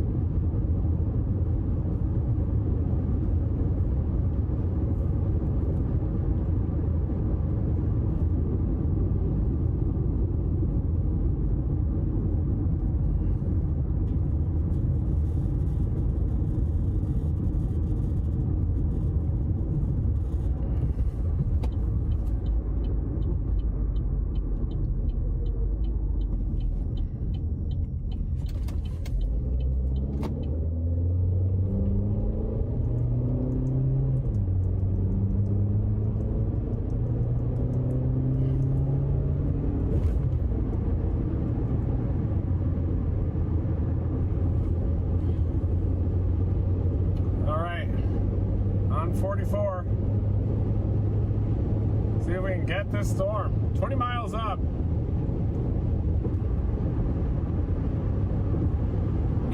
intercept imminent. It might even catch the front. The front looks like it's through Walters and even a little bit north of Walters, just east of Geronimo.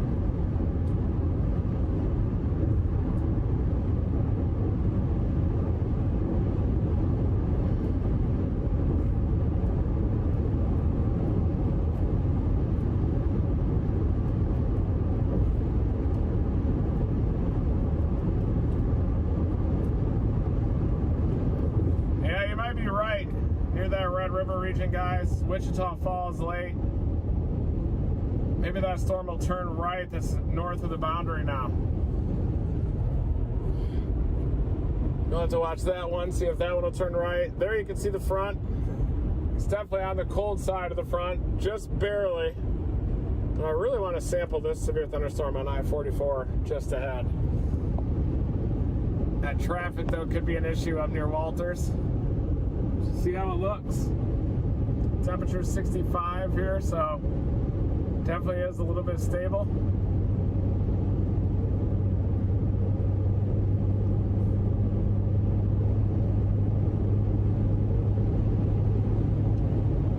Ooh, convection. There's some convection. Towering cumulus, look at that. Beautiful.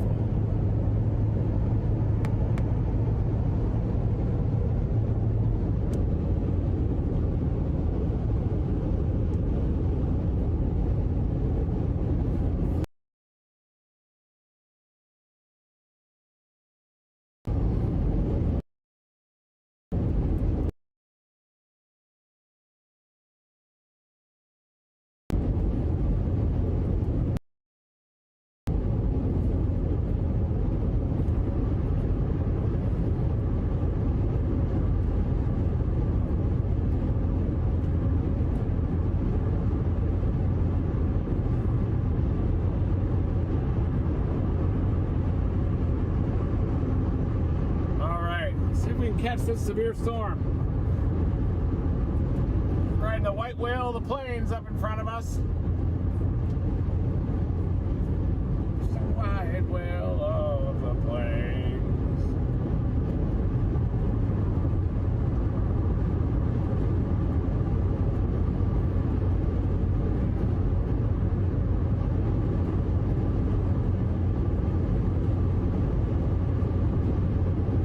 Headed up toward Duncan, the Duncan area.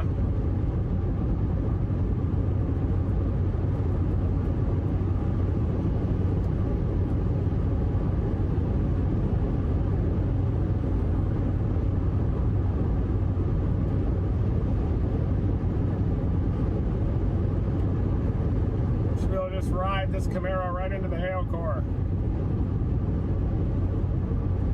It's all about that bass. No treble. It's all about that bass. All about that bass. No treble.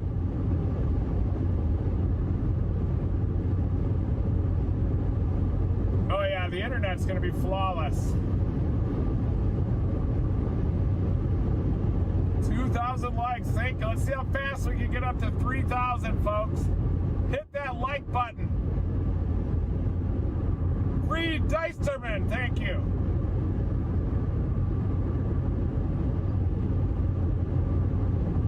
He is dominating. Everybody's dominating. Let's go.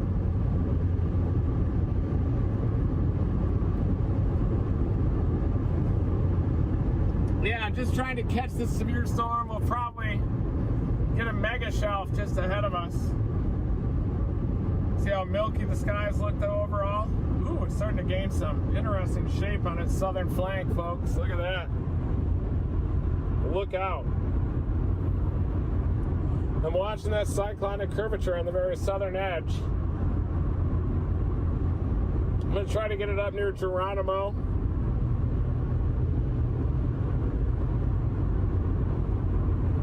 Headed north up 44.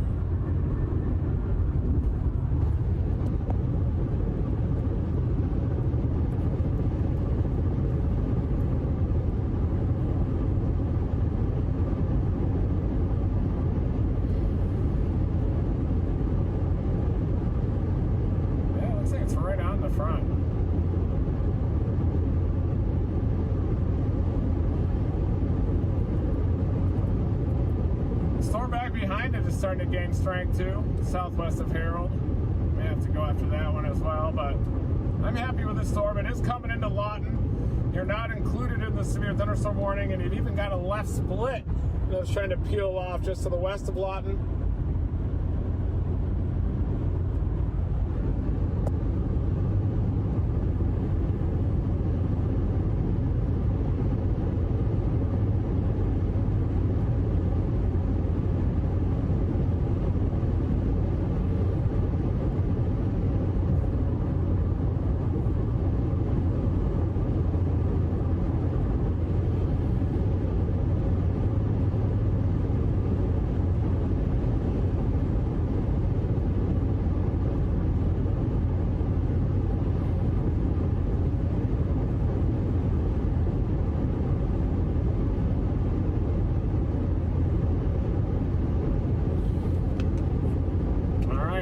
On Facebook here too, because we're closing in on this.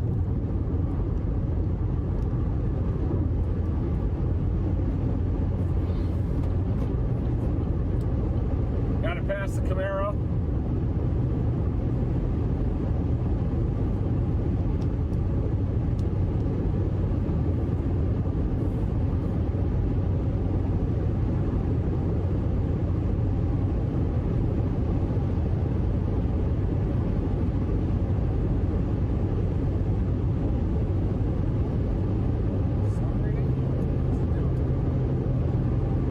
Accelerating now. Oh yeah, the southern tip of this is starting to look interesting. Even though it's still behind the front, it's trying to grab onto it. And there's my location coming up from the south. Thank you, everybody.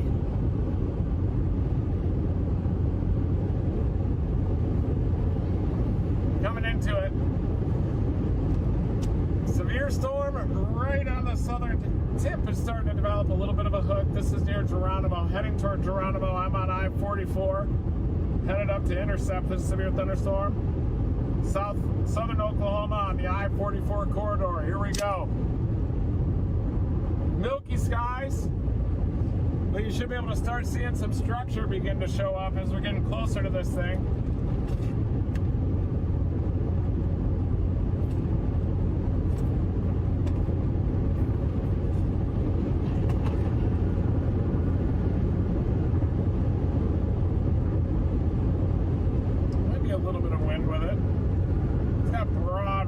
And elevated mesocyclone.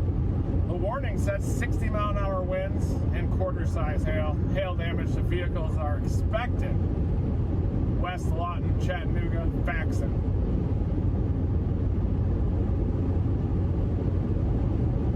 See if we can get up to the southern tip. Hit that like button. See if we can get up to 3,000, everybody, as I'm closing in. There's my GPS position. There's the structure of the storm off to the northwest. Here we go.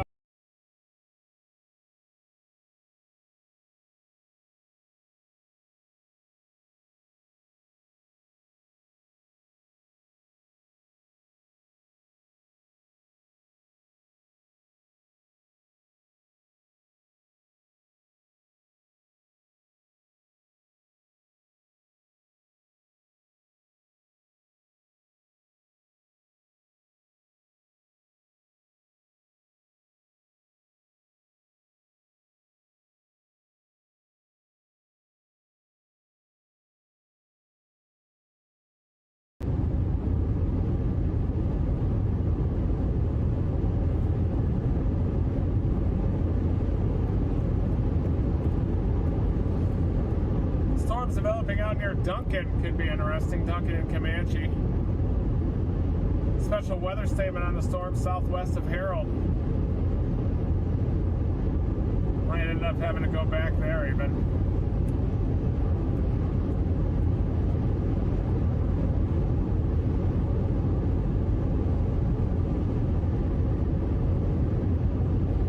The storms do intensify as they become elevated, not surprisingly. All right, we're going to get this storm. It's moving fast because it is elevated above the stable layer at the low levels.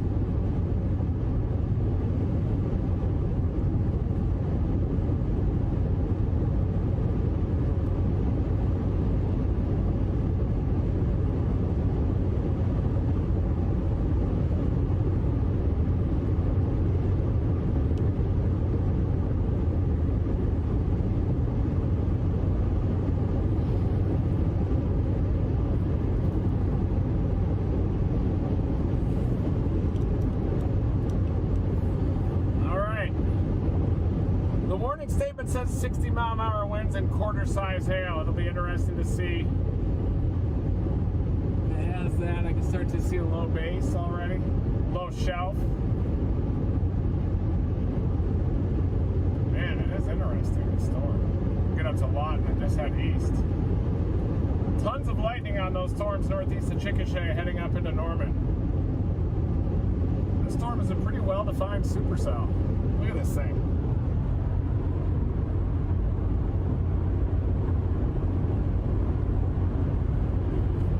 So you can see some scud hanging down over there.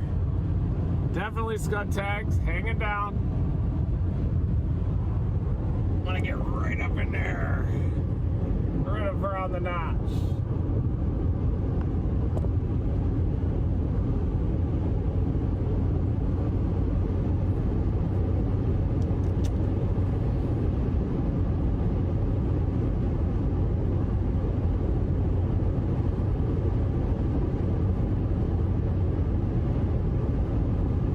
Coming into Geronimo. Scud tags out there, and we're about to see some beautiful structure.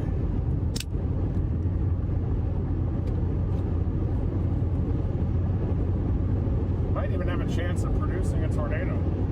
So they've dropped, though. The severe thunderstorm warning has been dropped. Wonder if there's going to be a new one. Probably should be a new one. We'll just have to see. Still has that little circulation that we're approaching.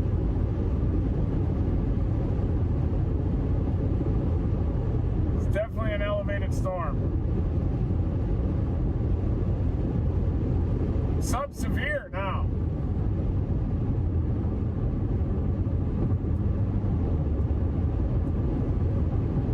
Muskogee is under a severe thunderstorm warning in eastern Oklahoma. Now it's headed up toward Tahlequah. It's a decent supercell storm.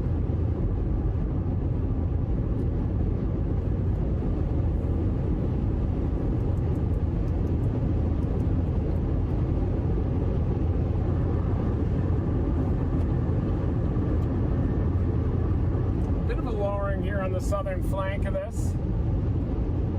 Some scud tags down there.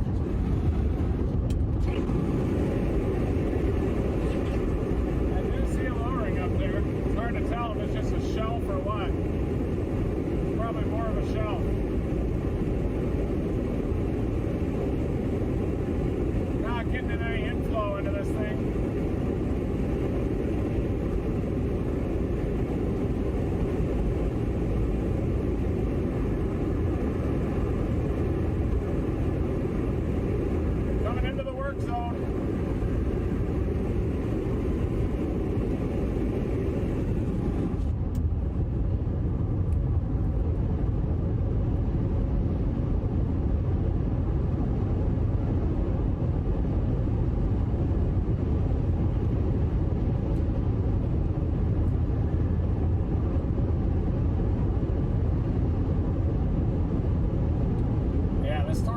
Petering out a little bit.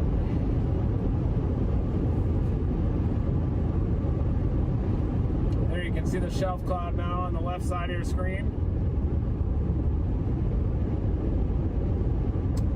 Please keep all arms and legs inside of the vehicle.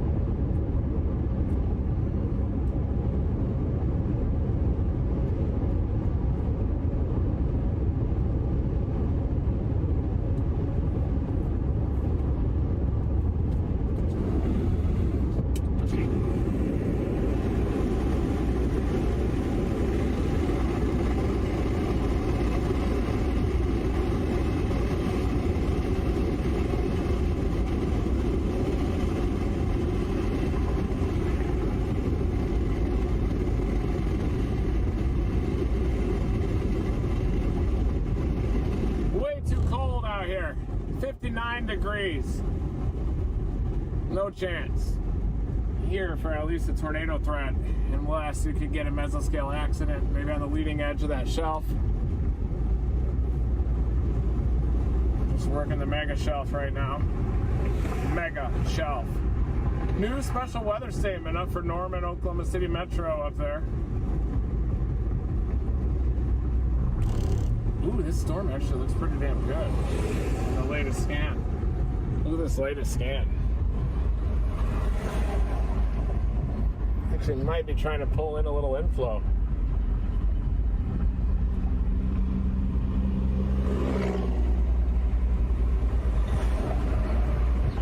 See that sharp gradient in the forward flank? That's how you know.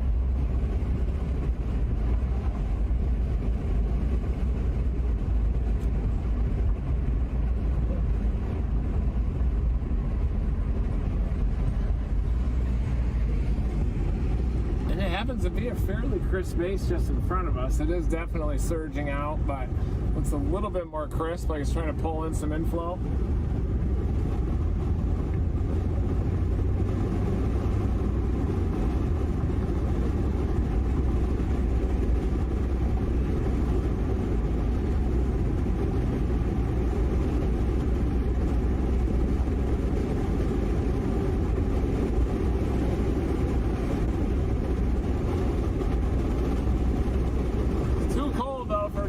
Potential here. May have to go east a little bit in the open warp sector, but let's take a look at some of this structure anyway. Obviously elevated above the frontal inversion.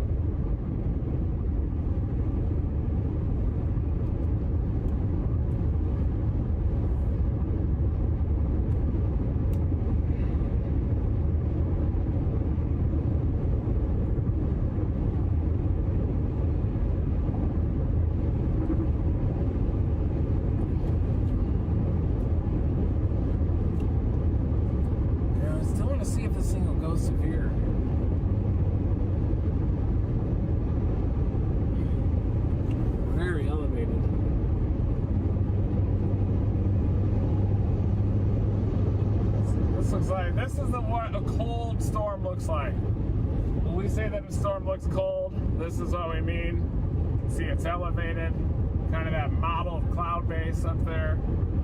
Just doesn't look that good right now. Storm back behind is starting to intensify a little bit, but we may need to go east toward Pauls Valley, Wynnewood area. Stay ahead of this storm, keep everything in play. Out near Bray, maybe that storm is starting to intensify a little.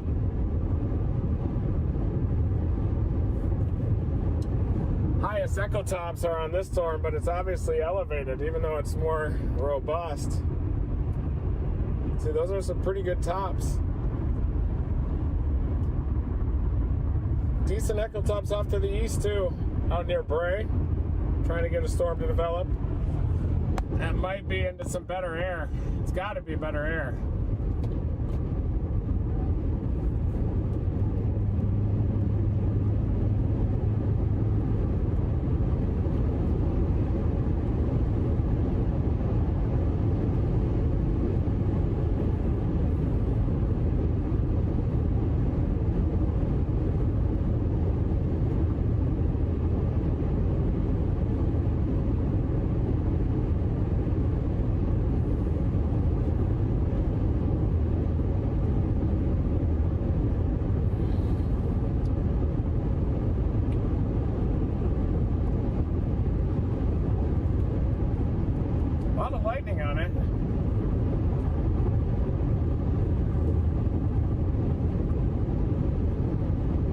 Storm that's approaching Harold, I think it's got some slightly better air, but we also know that this storm just came through that area.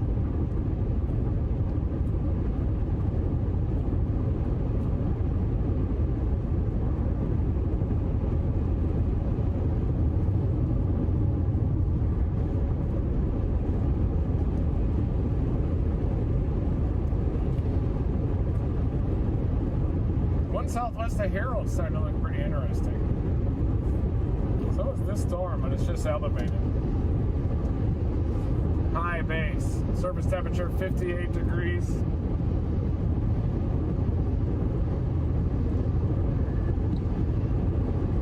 not a good looking storm.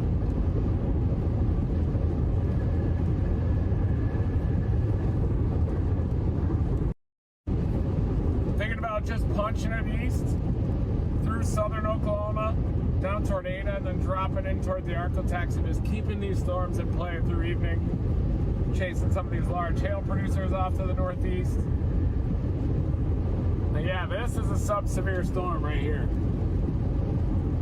It's very elevated. Maybe you can get some gusty winds with a storm like this. Another storm trying to go up down near Benjamin, a little bit further south on the front.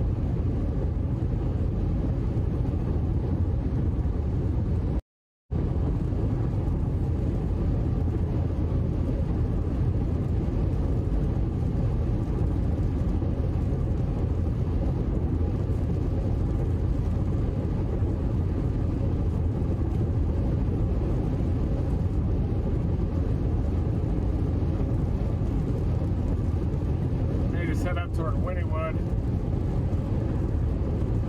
Ada, and then drop southeast, I think.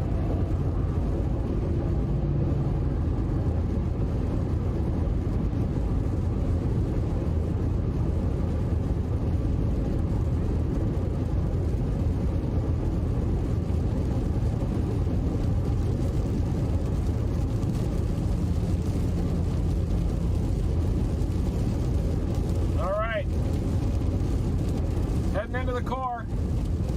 Might even have a little bit of a lowering off to the right. Smooth, laminar, elevated base.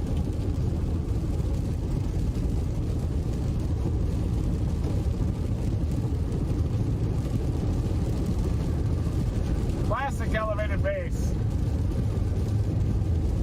A little bit of a lowering maybe off to the right, too. Look at that.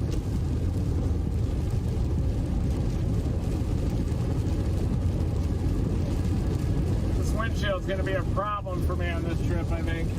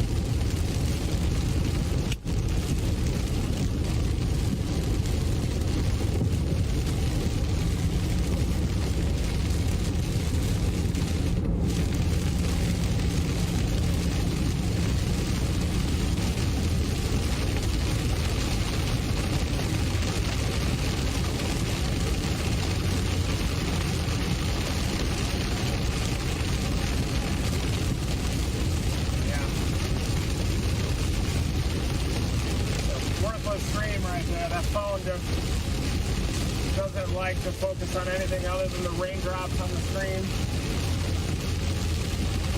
Not a lot of hail in this, believe it or not. Too elevated. These storms are just too elevated. Stable layer at the low levels is too thick. I think that's what's going on here. Pretty heavy rain though. 7.7 miles, I'm going to head east on Highway 7.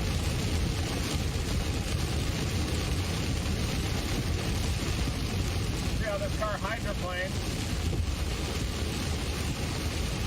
Boy, the large hail threat doesn't seem to be materializing quite as much just yet.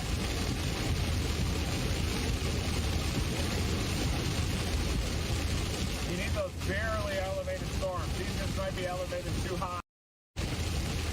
Above the stable layer, above the inversion at the low level. Just getting another hydroplaner. Not good.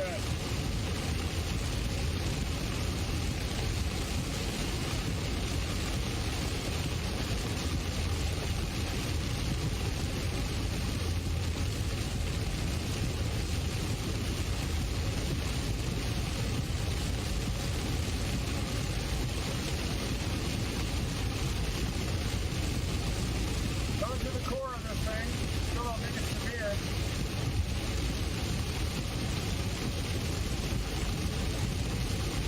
But it does look fairly intense.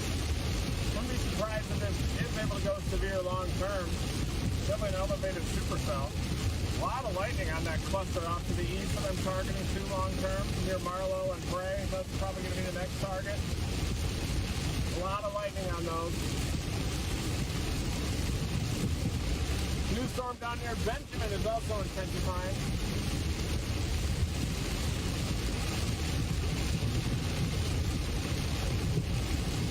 Here's that hydroplane. Gotta have a close relationship with the road surface. And here in about 7 miles, I'm gonna punch it east. We'll just let the storm drift up closer and closer to me until I can eventually see the structure.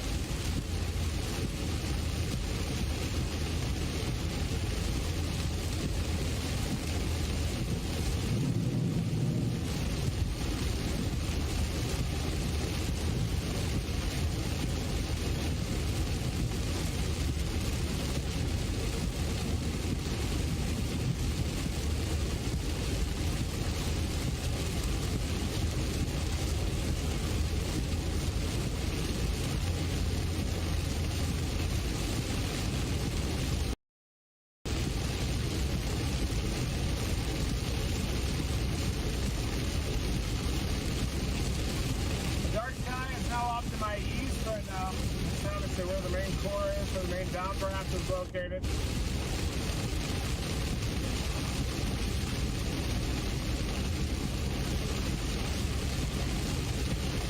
Severe! Just kidding.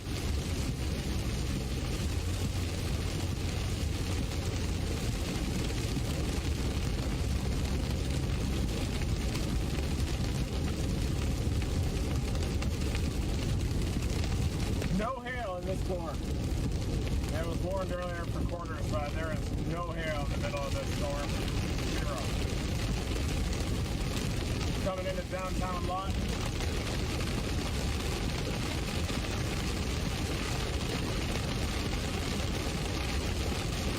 A little bit of flooding. Not too much though. Yep. Drainages are starting to fill up on 4 miles, and then I go east on Highway 7.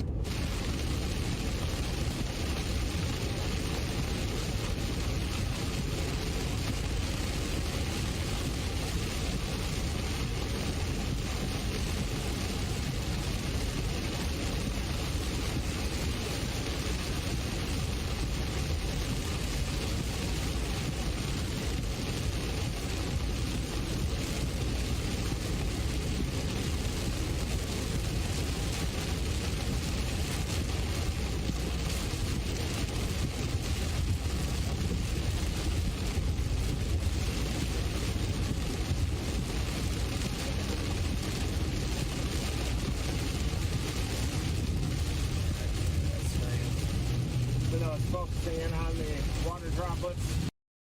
Gotta go east on Highway 7 to keep up with it. A little bit of water in the middle.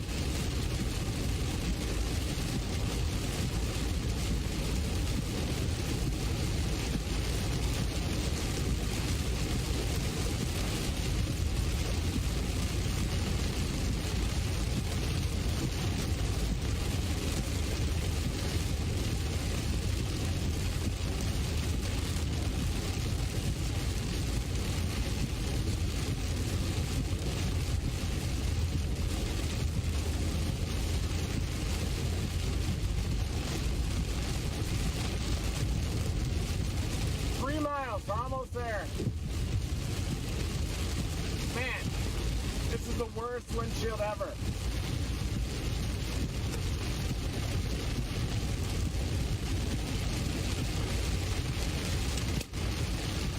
Water.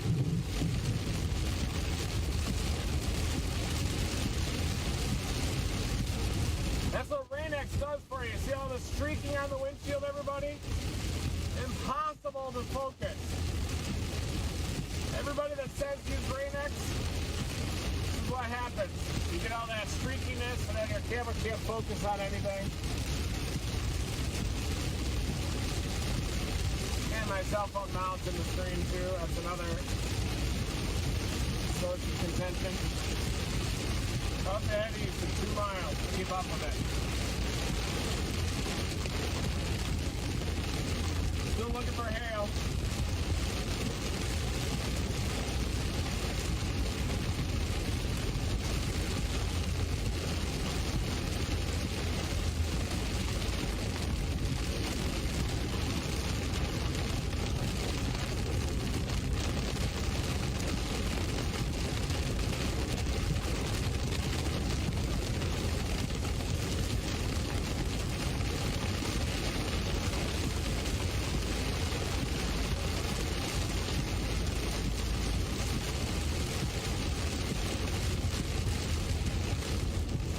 Hardly been pumping out any lightning. There's a little bit of broad rotation, maybe down near Geronimo.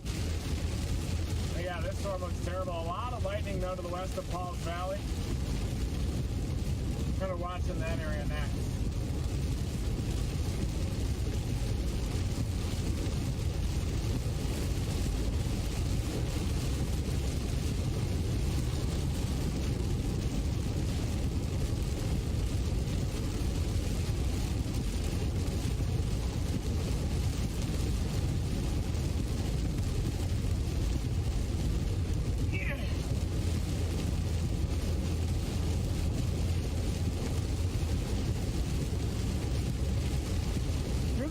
The storm, you know, for an elevated storm, it is a supercell. The mesocyclone's down near Geronimo, but it's not a very strong one, and not even strong enough to send it over too severe. It does have a bit of a hook-like appendage. We're kind of in the core of it right now, the forward flank downdraft of that storm.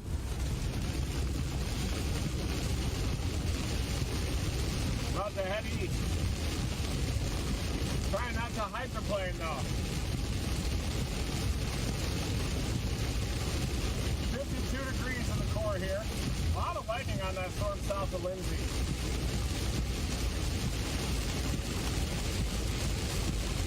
That one has my eye. Getting off here and headed east on Highway 7.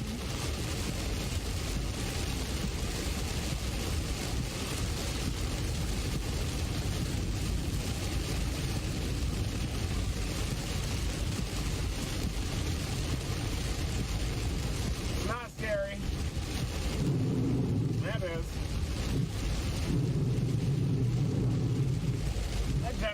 I honestly don't really get scared anymore about really anything. I just don't mind at this point. There's going to be some traffic, it looks like, here on Highway 7 East. Welcome to rush hour and lot. Wow.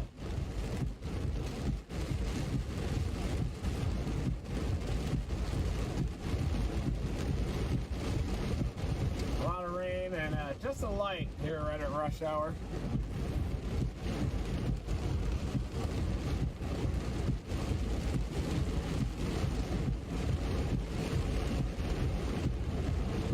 Pretty heavy rain, is it so far?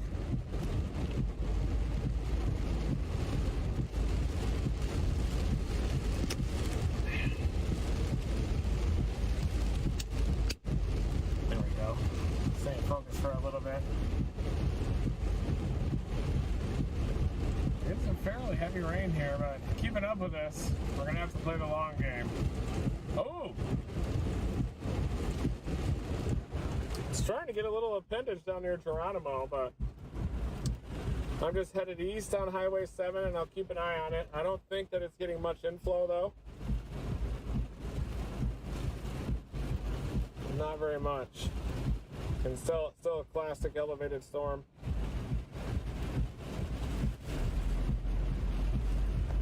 And I'm watching this area off to the east, Bray to Lindsay, for intensification.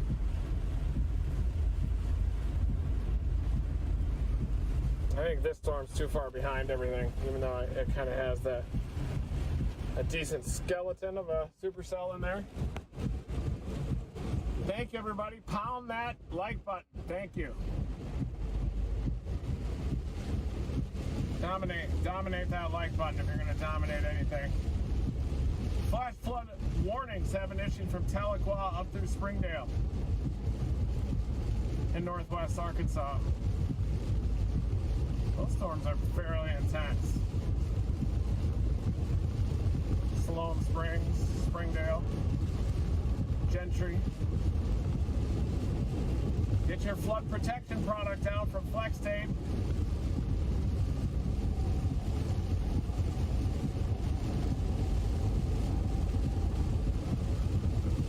That storm is just east of Tahlequah right now. So there's the storm, just east of Tahlequah. You can see the flash flood warning in green. You also got this one further north of Colcord. Ooh, we got some flooding up here. A little bit of street flooding, not too bad. It's gonna plow into it.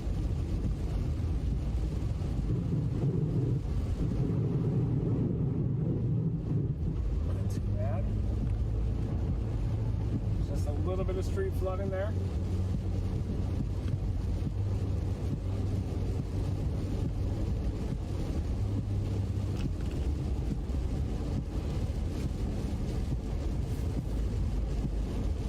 I really like that storm out near Lindsay.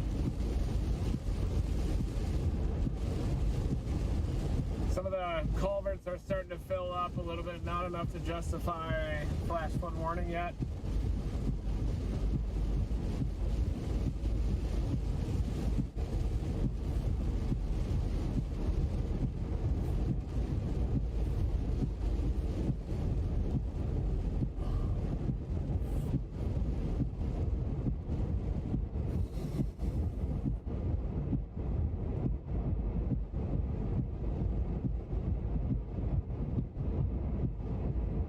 Sub-severe. This one may never go severe again, even though it has that little hook-like appendage on the southern edge. Probably more from northerly surface winds than anything. You also got another storm down near Benjamin that's trying to go. Might just have to go all the way back down near Abilene even.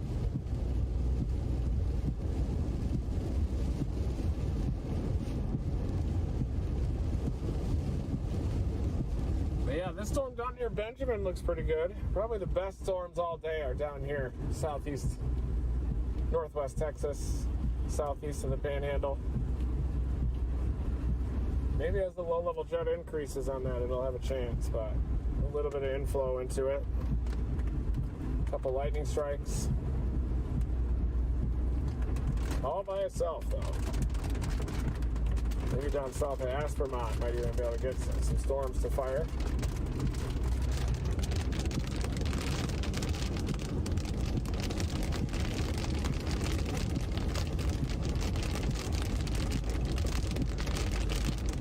Oklahoma City has a special weather statement. You're getting a lot of storms up there, maybe some gusty winds.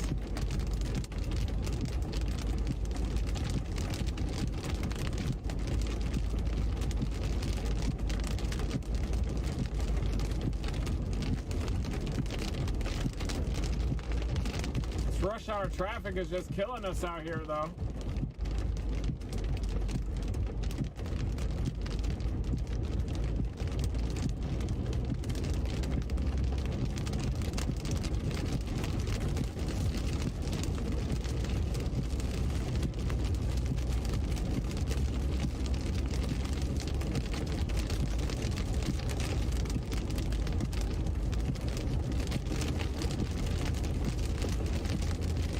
Takes a lot of storms on this road, east of Lund, Highway 7, constantly on.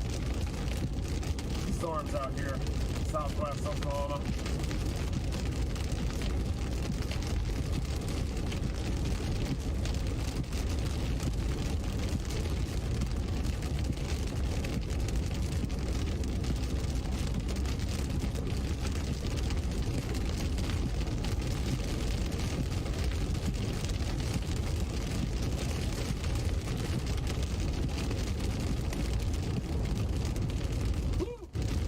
Everybody, welcome new Team Dominator members too. Welcome. The most badass community in weather.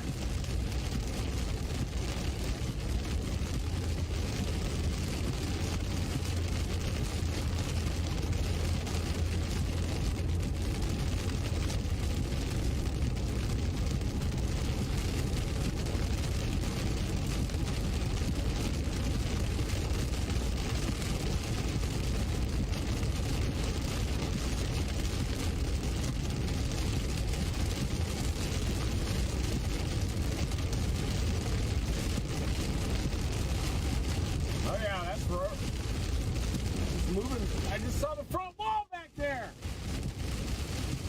Front wall of the little flood. Cool.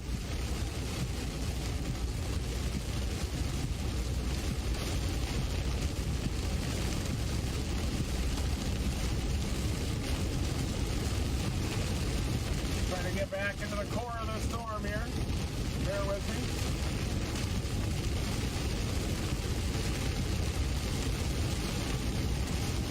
Special weather statement on our target storm.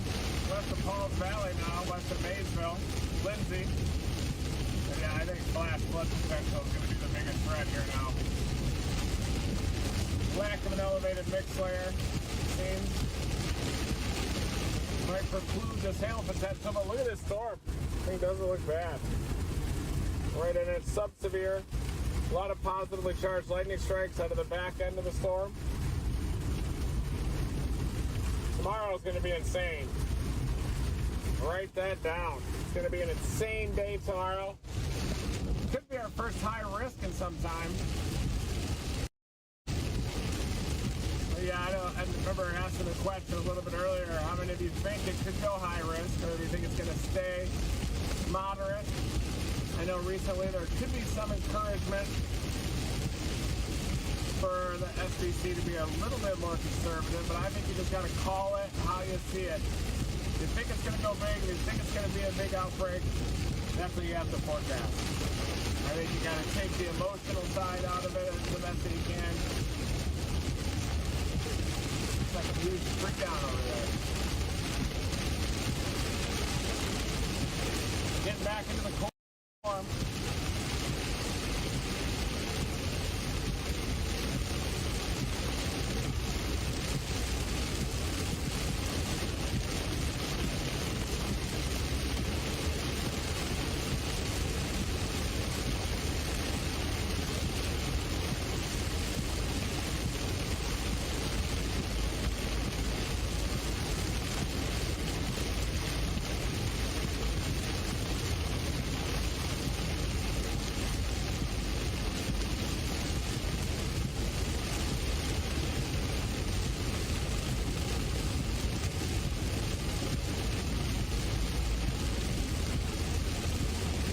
Guys, let's see if we can get to 4,000.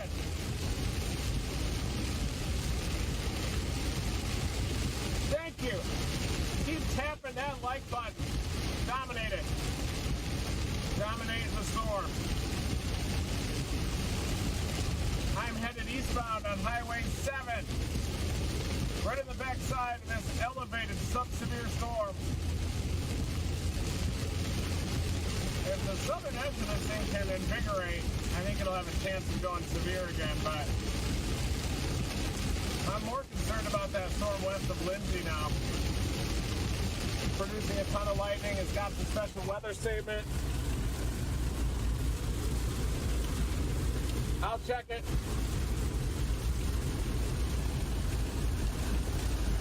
Yeah, look at that. Just south of Lindsay. Pretty well defined severe storm. Nice work, Brian.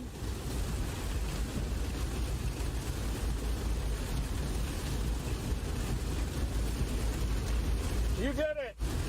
Look at all that lightning in that southern flank of the storm. That's south of Aaron Springs, south of Lindsay right there. As we're about to punch back through, you can start to see some more structure again.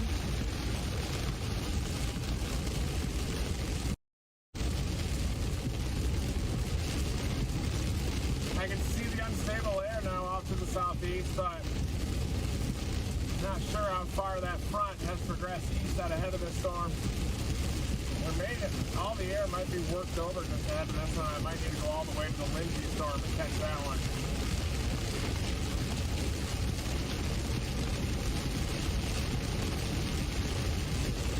Coming through the base here.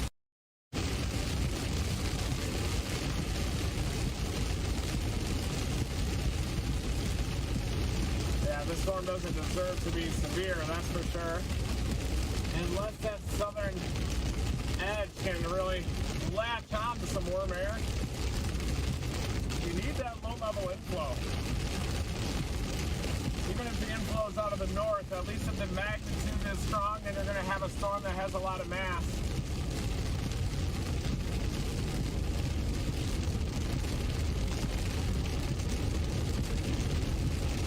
trying there south of Lindsay to Aaron Springs. It's definitely developing an elevated mesocyclone capable of producing some larger hail. Lindsay, Aaron Springs, there's a hail core that's starting to develop, associated with a lot of lightning too. There's the storm I'm on. Don't know exactly what it's doing. It's elevated. It's a blob. No identifiable structure, and it's all elevated. See that kind of smooth laminar appearance that you get?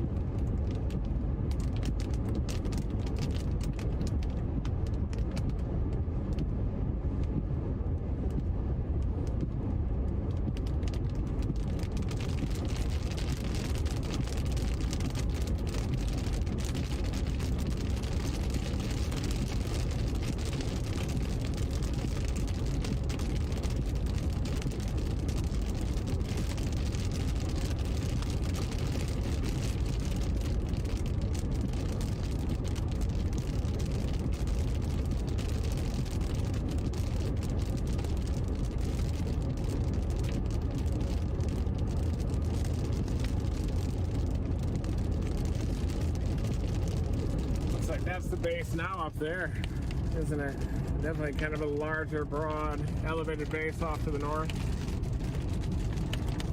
Doesn't look bad up there.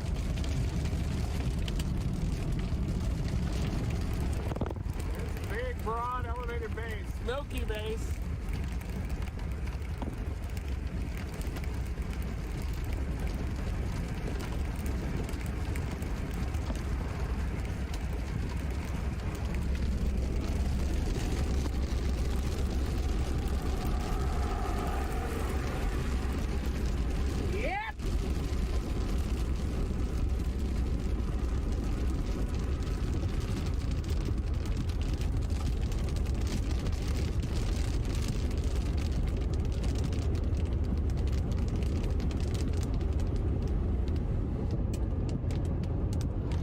Yeah, there's the elevated base.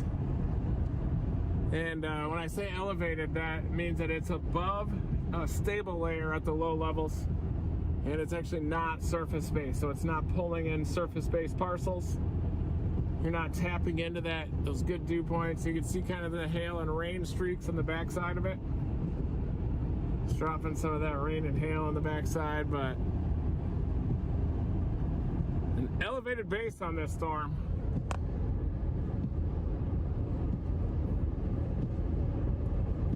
Just set that into AccuWeather nevertheless. A lot of lightning in that area off to the north. North of Central High. Severe thunderstorm warning on the Lindsay storm. South of Norman, it's headed up toward Noble, Slaughterville, Purcell. And it does have a bit of an elevated mesocyclone that could lead to some larger hail sizes near Lindsay and Aaron Springs. Look at that. There's your hail core, everybody. And I'm going to try to catch the storm from the back. Elevated storm to the north. A lot of lightning up there. Abundant lightning, but it is elevated, and I don't think that storm has much in the way of potential. So we're going to continue to blast east. Ooh, nice lightning. We saw one of those lightning strikes up there. Yeah, you're looking north at this elevated storm, sub-severe.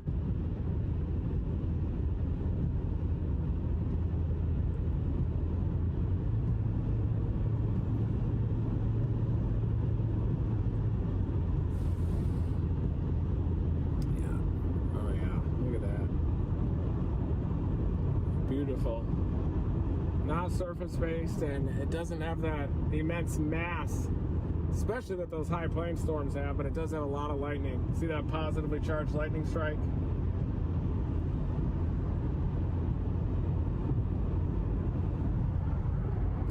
Damn it, I should have stayed in Norman. I should have just gone to Torchy's, enjoyed myself, and then I could have been on this severe storm just popping down I-35 near Lindsay. It's not Lindsay Street, Lindsay, Oklahoma. It's going to be passing just to the south of Washington.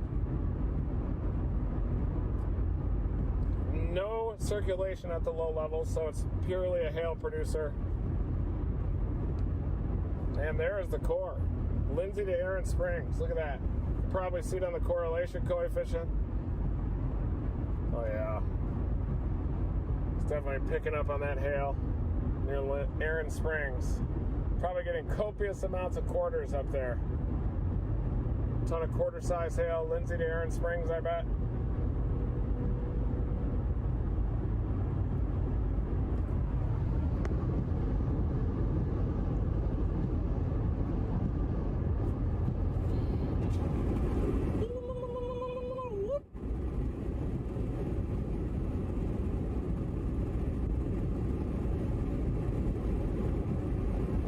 Down near Loco for the development of another storm. We also have a severe thunderstorm warning on that southern stuff that's intensifying.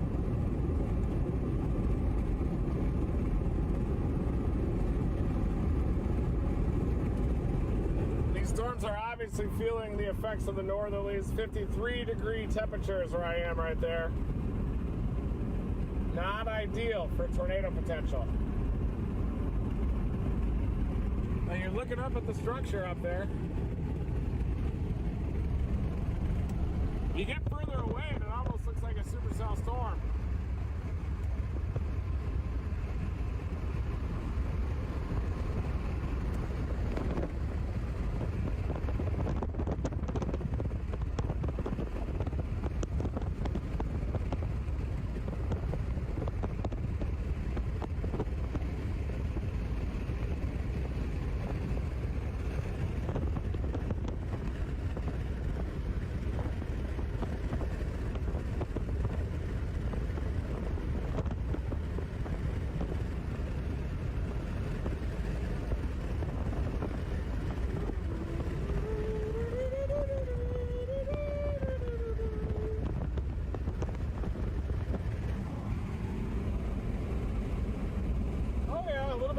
Core up there, look at that, starting to get more reinvigorated.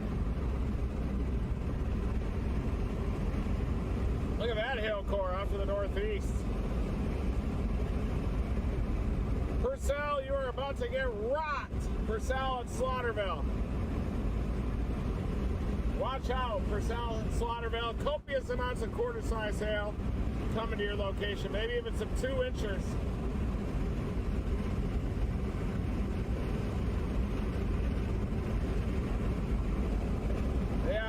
That was the event. There it is. Severe thunderstorm warning. South OKC Metro. There it is. Purcell, you're about to get some severe weather. Slaughterville, Wayne Payne. Lindsay, it's already moved just to the northeast of you. Purcell and Wayne. Slaughterville, Noble.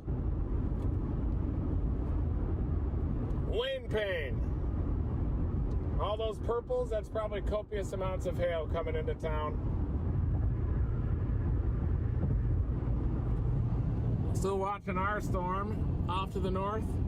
Further away, it looks a little bit more surface-based, but it's really not. Definitely an elevated supercell. Maybe not even a supercell, but it's barely. I think it does meet the bar. Just barely.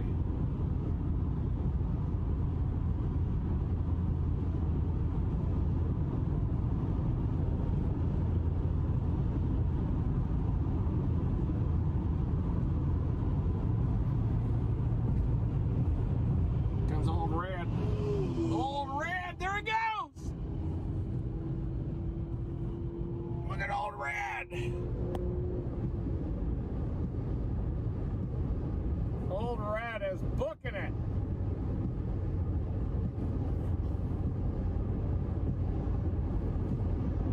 Afterburners. He's trying to catch that storm, I bet. We do have a new special weather statement on our storm up near Rush Springs. Might even go severe. So at Marlow, we could consider heading north. Seems like once they get north of the front, they start to move a lot more meridional, don't they?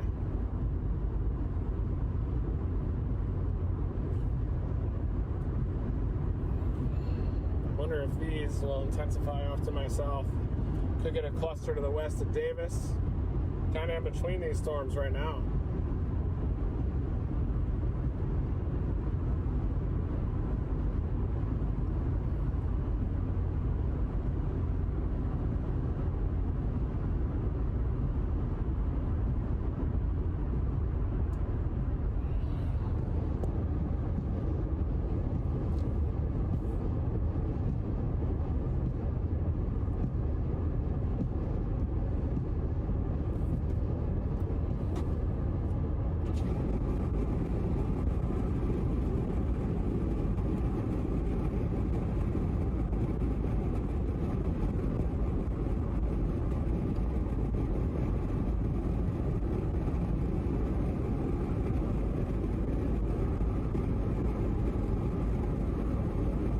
Surprised if that storm coming into Rush Springs goes severe.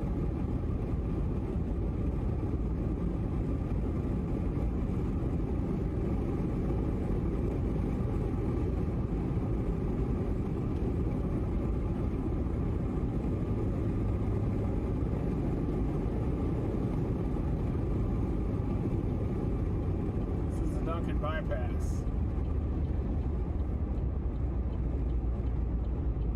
Milky skies out here everywhere. That's what I'm seeing. We're gonna head east. There we go.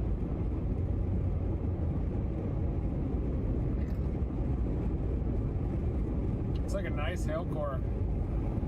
To Purcell, looks like you're gonna get rocked by some pretty significant hail. Look at that. Still coming in. It's not incredibly organized, but it is an elevated supercell. There you can see the comma head right there. And all that's just going to rake over Purcell. Big hail coming in, especially when that purple area arrives in Purcell. Right about there, that's the big hail. Maybe up to golf ball size, maybe a little bit larger as it's coming into Purcell. You can even use some of the dual pole radar to see exactly where that hail core is. And look at it, right there, just west of Wayne Payne.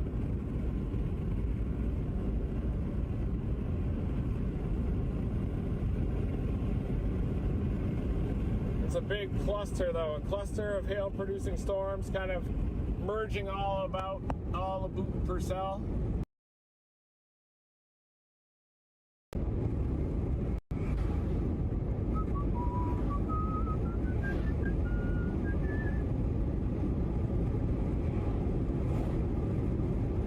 Flash flood warning up near Bixby, south side of Tulsa.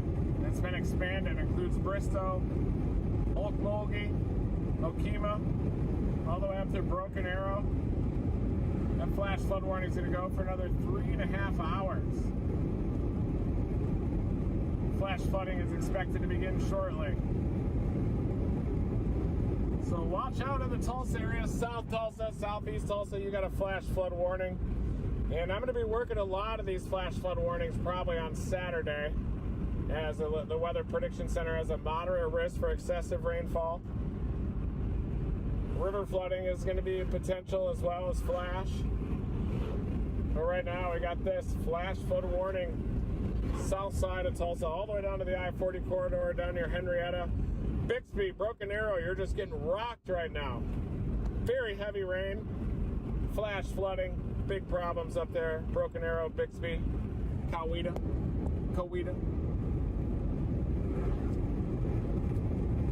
And that flash flood warning goes all the way up to Springdale.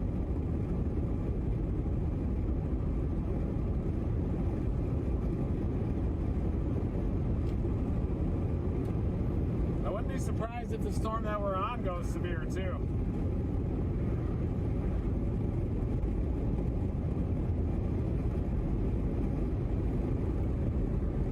You can see the two echo tops.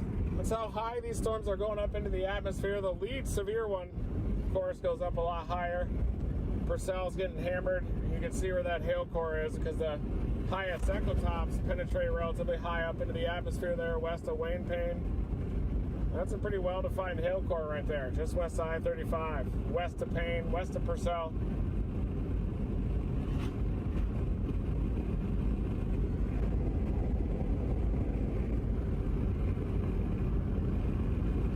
Wouldn't mind catching that, and then maybe I could go east on I-40, but I kind of want to end up near the Arklatex. Look at the tops on this one, approaching Rush Springs. Tempted to go for that one.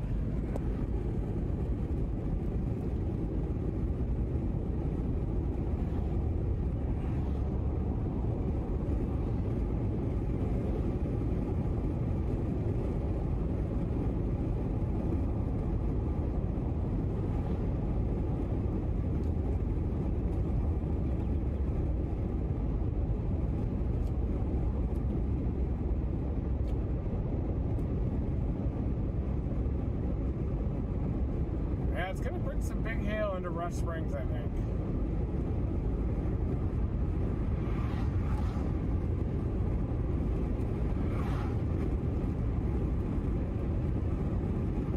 Yeah, that Purcell one is coming in fast. There's going to be some big hail with that storm.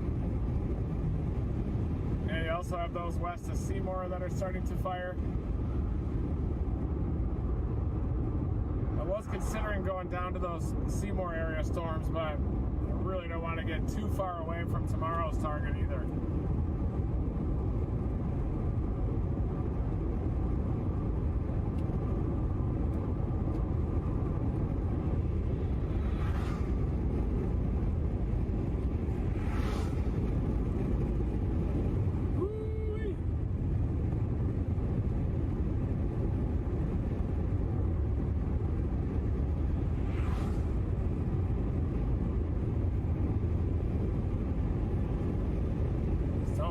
Milky skies down here at all. I mean, it's 54 degrees here in Duncan.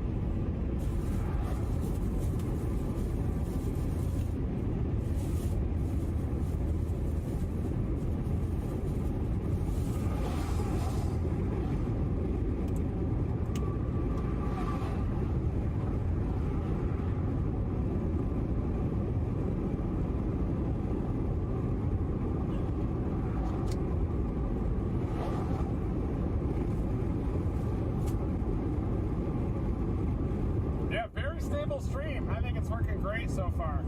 I'm really impressed with it. No gas, damn it. I gotta get gas.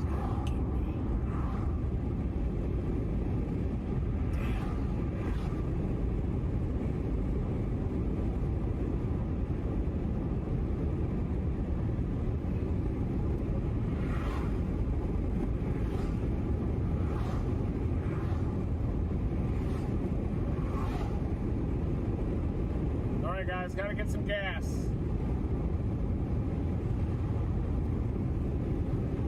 Might even get a gas station snack as well.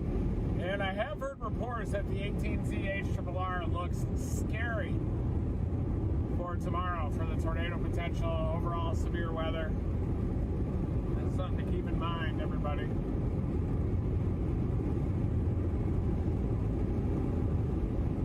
Severe thunderstorm heading into Purcell right now, clustering together. Could drop some hail sizes up to golf balls. Golf balls and larger may happen from that storm. I gotta get some gas here in Duncan, and then I'm gonna punch it east. Duncan, Oklahoma, you gotta wonder, home of the Dunkin' Donuts, I think. I believe that this is the home of the Dunkin' Donut.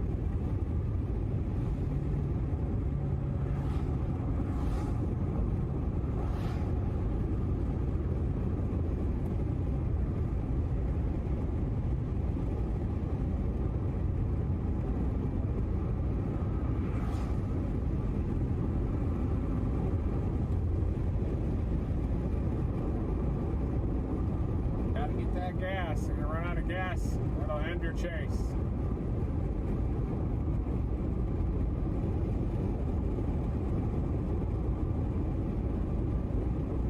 I did get a drone which I'm pretty excited to try out. I got the new Mavic 3. I have to re-register the aircraft, get all that dialed in, get all my paperwork squared away with that. All right, I'm going to get gas here in Duncan and then come up with my new plan.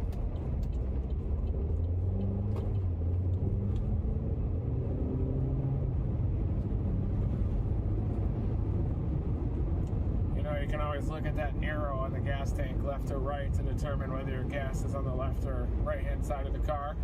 I'm sure you knew that, but if you didn't, now you do.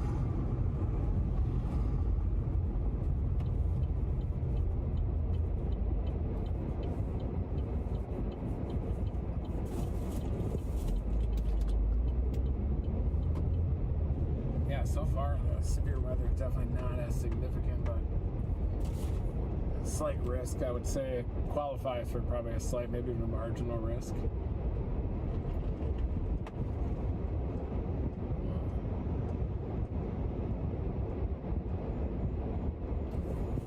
And we give you a quick radar synopsis here too.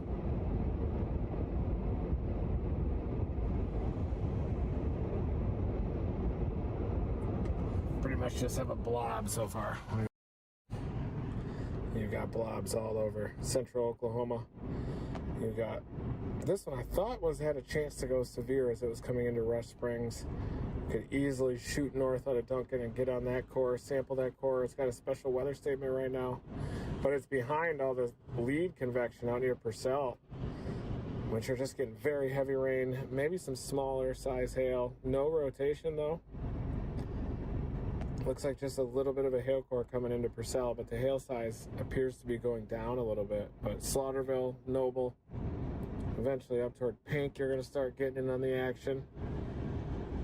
And you got flash flood warnings up near Tulsa, south side of Tulsa, Bixby, Broken Arrow. Where my first girlfriend is from Broken Arrow, Oklahoma. My first girlfriend back like 2001. Nikki, Broken Arrow.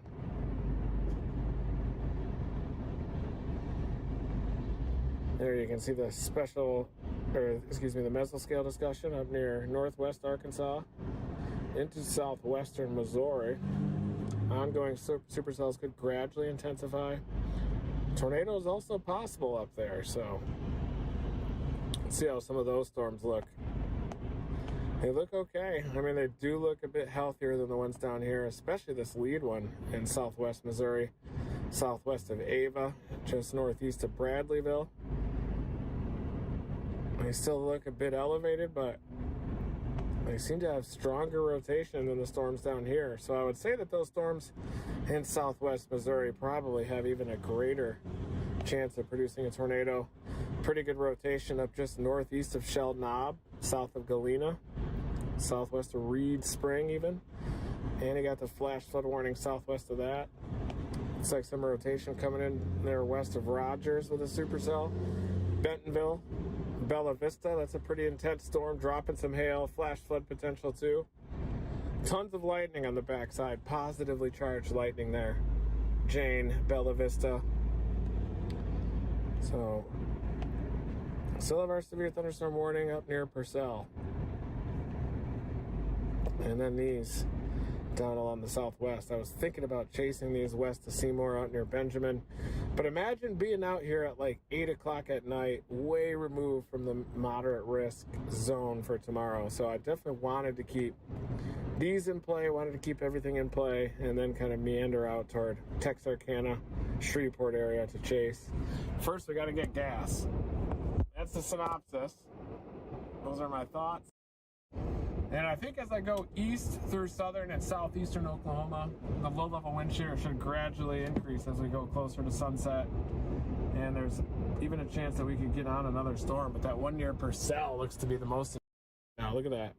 Purcell, you're right in the core. And using Frederick radar, scanning up a little bit higher in the storm, you can kind of really sample the hail. That's from Wayne up to Purcell, Slaughterville.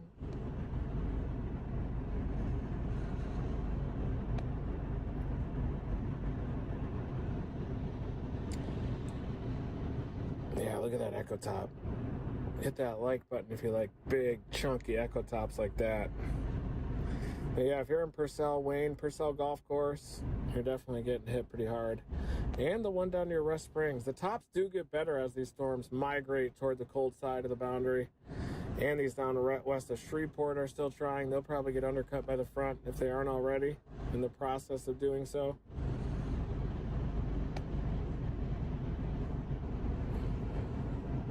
They are trying to rotate a bit more down there into northwest Texas.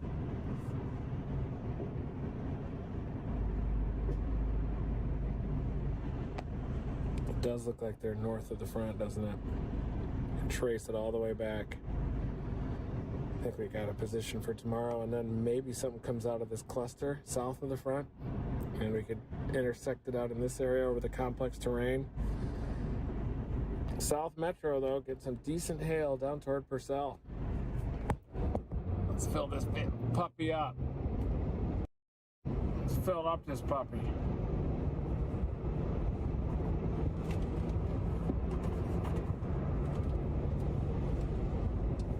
Check the battery on the unit here.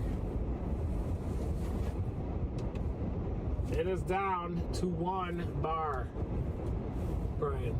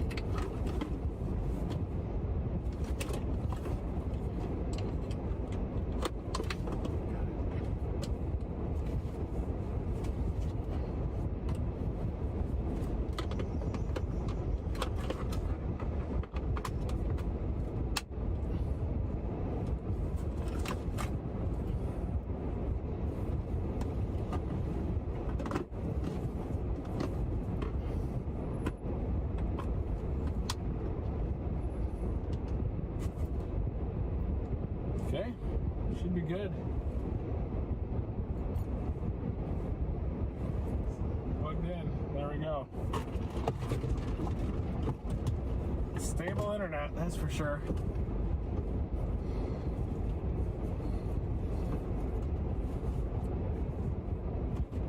Okay, be right back. Go push one out and then head east.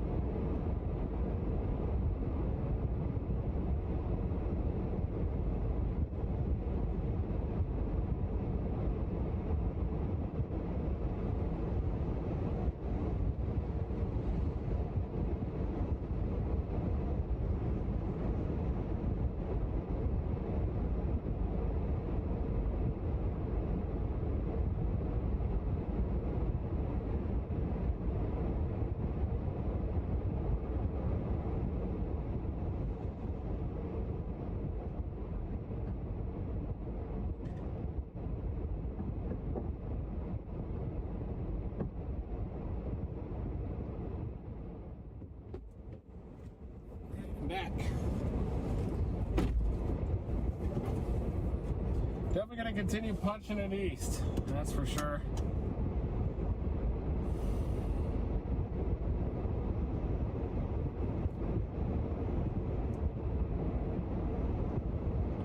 I'm going to head up toward Texarkana, I think.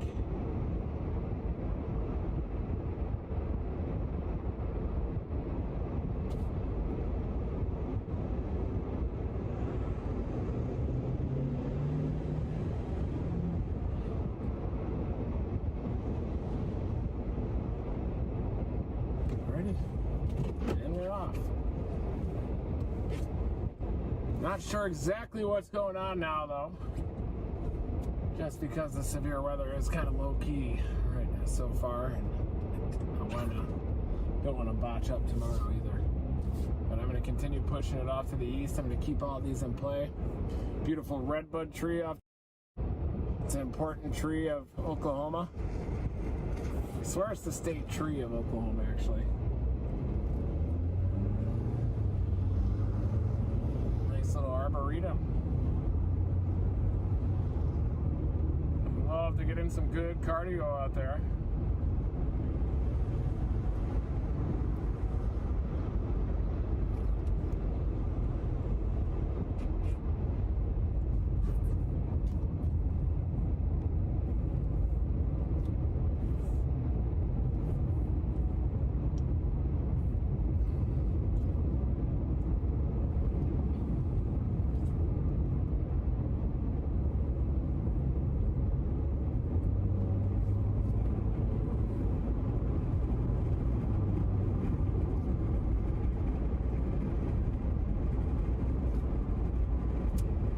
One didn't go severe.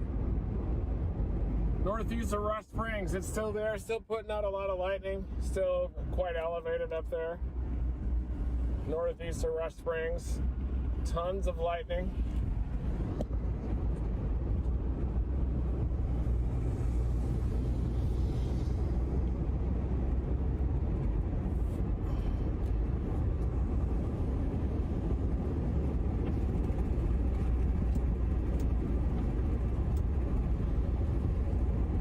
No tornado warnings yet today.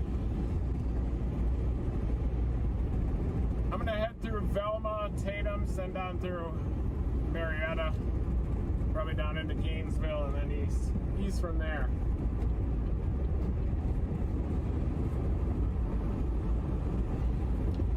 Tomorrow's gonna be insane. You're about 50, 60 mile an hour moving supercell storms, dozens of supercells capable of producing strong to potentially violent tornadoes. You're going to have a low-level jet that is in an increase about 60 knots out there. Large swaths of Louisiana, Arkansas, eventually pushing into Mississippi are going to be impacted.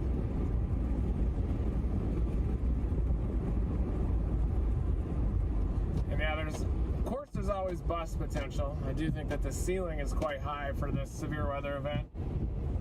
Always a chance that events don't perform as you anticipate. That always happens with severe weather, but I think this one's probably going to go big. And I want to get Dominator 3 after this, get ready to intercept with it. But I've got this Mavic 3 back here now I want to do a test flight with, and I plan to intercept, at least capture a tornado tomorrow with that. I'm going to be running this live stream the whole time too.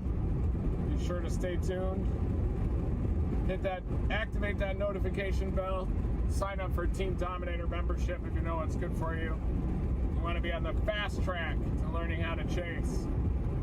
Team Dominator can teach you how to while we're chasing. Still in the prime of our storm chasing career. Probably another 10 years or so left, 10, 20 years left of that prime. It's different than being like an NFL running back or something. With storm chasing, your prime is similar to golf. It happens a little bit later in life. 40s, 50s, even 60s, you can really dominate, especially with advancements in medical technologies, performance enhancers. Sky's the limit for the modern day chaser.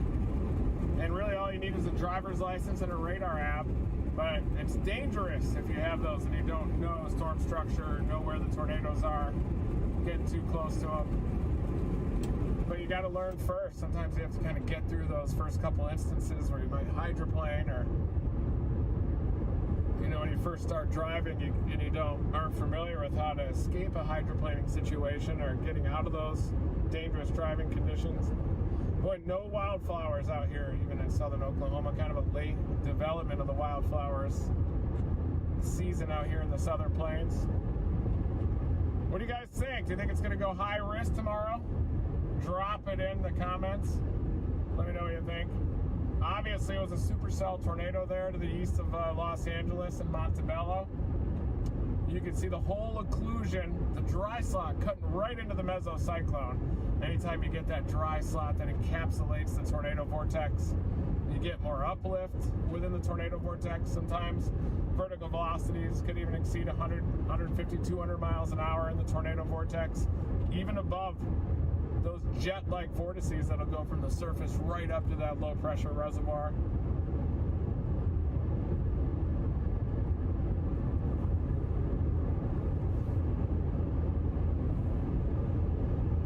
Yeah, I'm even thinking about just shutting down eventually. I just don't want to miss any of these storms. A special weather statement is in effect for that storm northeast of Rush Springs. That's heading in the general direction of Norman.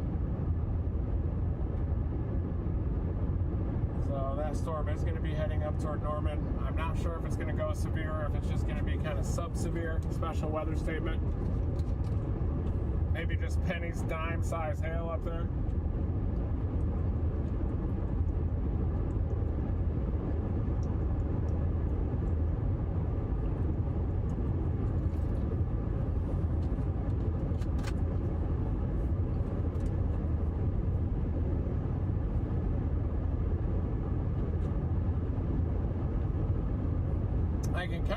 Warm air is off to the southeast. Surface temperature here is 55, and then I can see that ribbon of orange off to the southeast right now. Alex, Oklahoma, Dibble, you're about to get impacted by a strong storm, but the one that just went by Wayne, Payne, and Purcell is no longer severe, sub-severe. Even there on the south side of Tulsa, those are no longer severe. Special weather statements out there, flash flood warnings. South side of Tulsa, Bixby, down toward Henrietta, over toward Rogers, Arkansas. Northwest part of Arkansas still has those flash flood warnings. Yeah, convective mode could be a negative forecast failure scenario tomorrow too, but whenever you get that magnitude of extreme wind shear, you're probably going to get a supercell storm, surface-based, somewhere within that very large warm sector.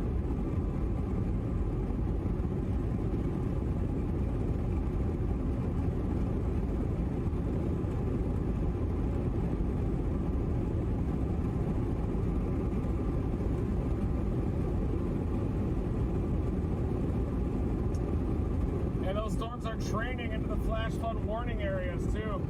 East of Stroud, up toward the south side of Tulsa. Probably going to get more flood potential as those storms just continue to move across the same area.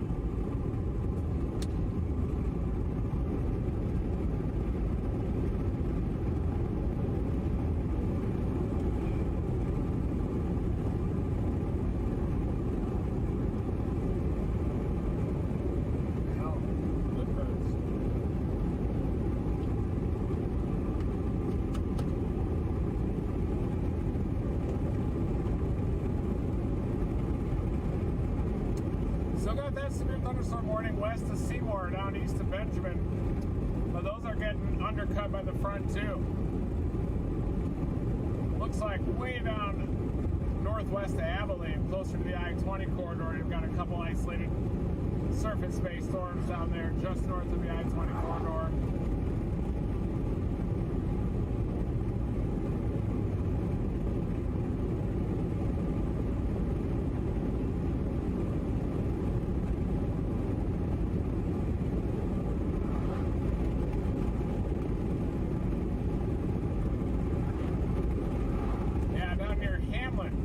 Probably going to be the next storms that go severe west of Stanford, down near Hamlin, Aspermont. I saw a big time tornado down there April 5th, 2003 down near Aspermont.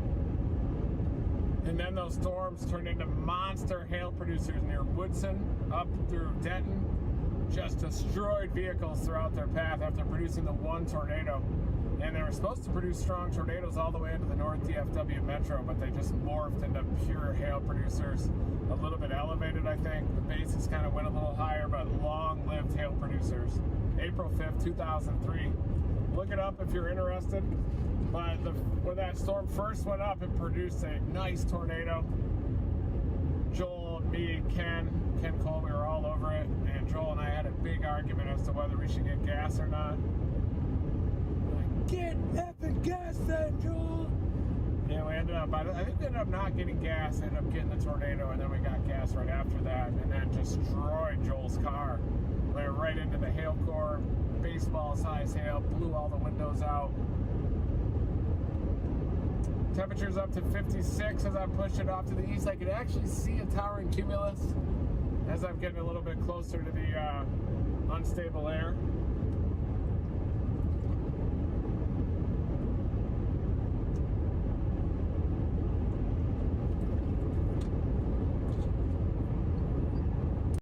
Scenery here of Oklahoma. Just look at how beautiful it is. Spring colors starting to appear. You can see the spring colors, the rolling terrain. This is probably my most favorite part of Oklahoma, southwest Oklahoma, kind of just south of the Oklahoma City Metro down here. Love this area, these rolling hills, beautiful hills. Stormed out northwest of Monday. Benjamin has been a stormy day down there. Benjamin, Texas. You gotta be kidding me. You have been getting round after round of storms all day. Heading your way, Deborah! Woo! Oh yeah, I got a lot of crazy stories. A lot of the craziest ones I can't even tell you. But I do plan one day in a tell-all book. I did have a lot of crazy things that happened, especially once Storm Chasers started, reality television, production crew doing show promo. 3 armored vehicles were trying to drive into tornadoes, big hail, fly airplanes, drop parachute probes, hurricanes, abandoned vehicles.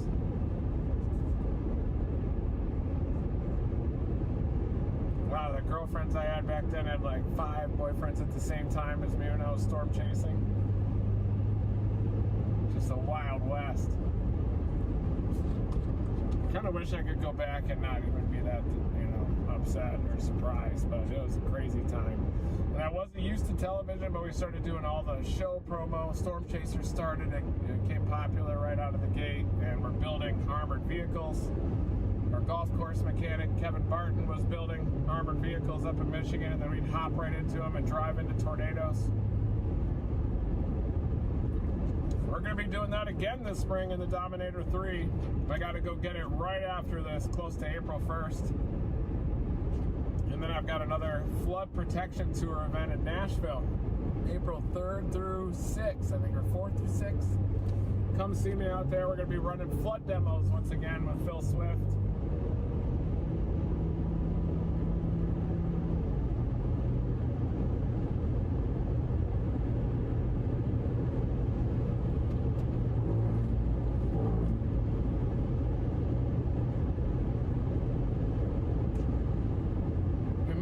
Haircut too, but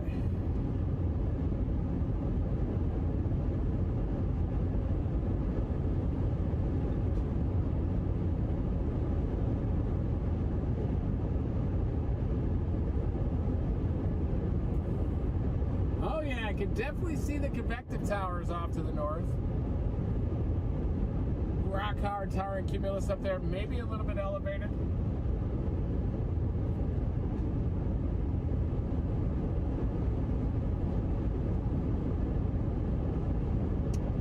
These lakes look like they're getting filled up again too. Yeah, I'm headed into Nashville. That's where the big flood tour event. We're coming in there at Flex Seal, April 4th through 6th. If there's not a storm chase, if there's a big storm chase, then I won't be able to make it, but that's the plan right now.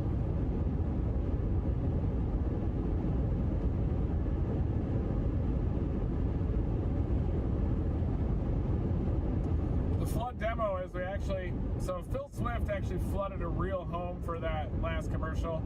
They built the home to spec, had all the gaps, cracks, and holes filled with the flood protection product, and then brought 10 trailers full of flood water in there. It's like close to 500,000 gallons of water. And flooded the home. Produced a flood with the highest height about 3 feet. Phil was inside of it. You're supposed to leave before the flood arrives, of course. But the team at Flex Seal built a demo, so we're running a flood. And even though the pounds per square inch, of course, isn't to scale, the goal is to basically show how easy it is to remove the flood protection product, how easy it is to apply, and just kind of show and demonstrate the actual home that was flooded out by Phil. But I met him in person. He's exactly like he is in the commercials in real life. Incredibly charismatic, believes in the product, has an incredible story, and it's inspiring every time I go there. And I just love the weather focus that they have now.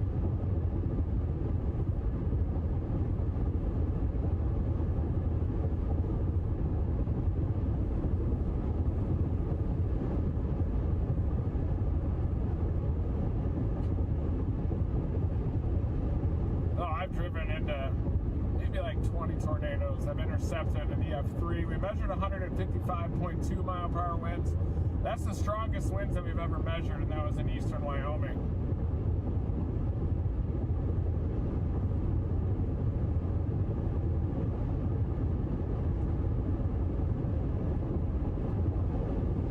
That was on June 5, 2009 when we measured that strongest wind.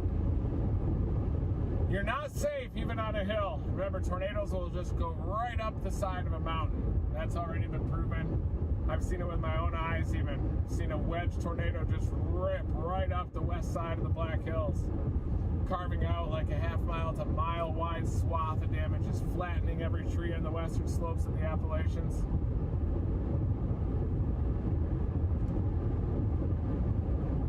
Yeah, it is. Tomorrow looks intense.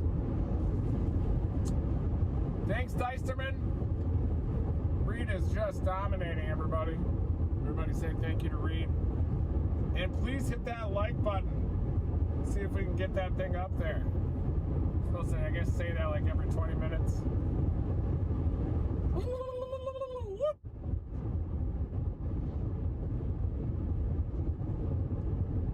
Thinking about dropping south. Up here, 9.4 miles, I might drop south and do the southern passage if these storms don't start to intensify.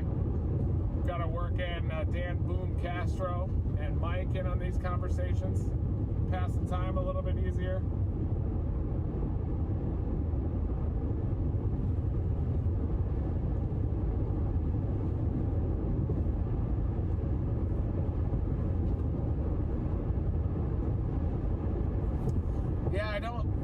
Target in northwest Texas, but I'm a little bit worried that the front is just going to surge south with it.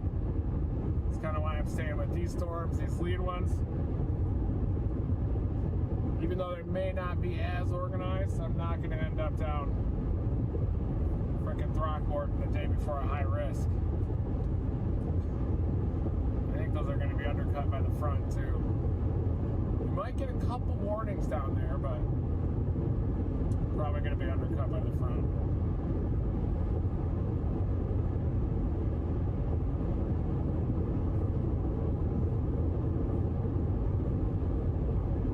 That lead storm, though, is trying to spin northwest of Seymour, but I think that it is just behind the cold front. It is trying to peel off, I agree, northwest of Seymour.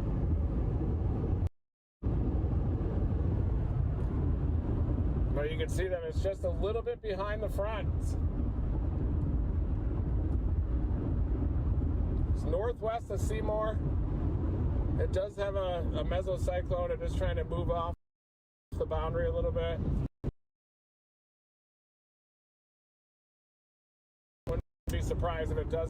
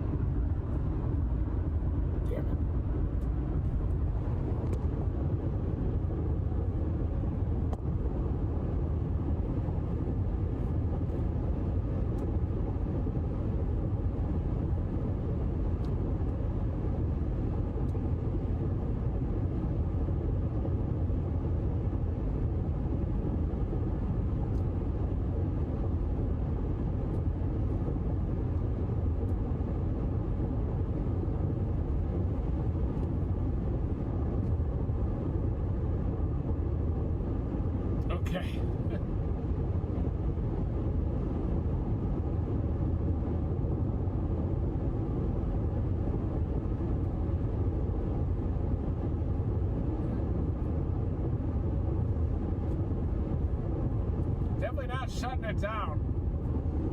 Launching these bubblers off to the south for potential development in this area, southern Oklahoma. But still watching that hail producer to the east of the metro. It's sub-severe now, but certainly does have the potential.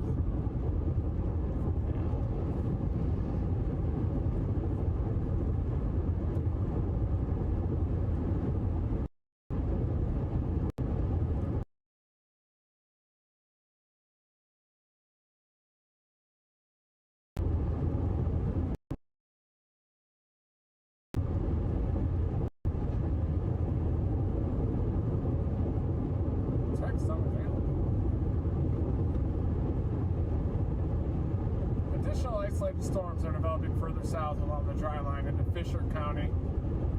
Persistent cirrus clouds have limited destabilization ahead of this activity to an extent. But there is the approaching mid-level shortwave, steepening mid-level lapse rates, moderate pre-front and pre-convective instability around 1500 K. Photographs should expand in size, gradual intensification. Should favor supercell clusters capable of large hail and damaging gusts.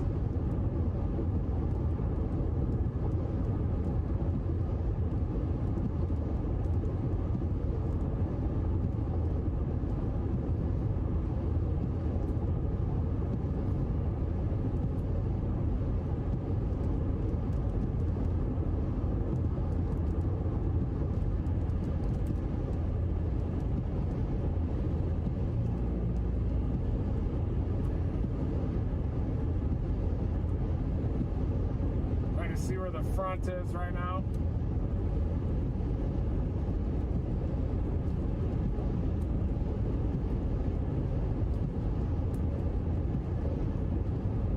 It's definitely ahead of those storms near Seymour.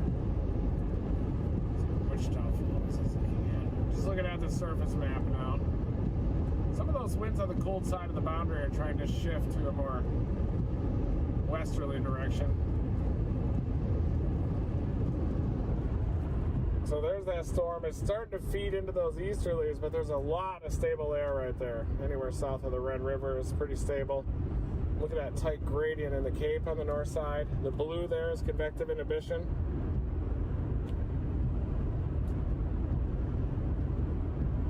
Those storms that are moving out of northeast Oklahoma into southern Missouri are dealing with a lot less instability, a lot less low-level flow too. Just kind of calm winds right along the front up there.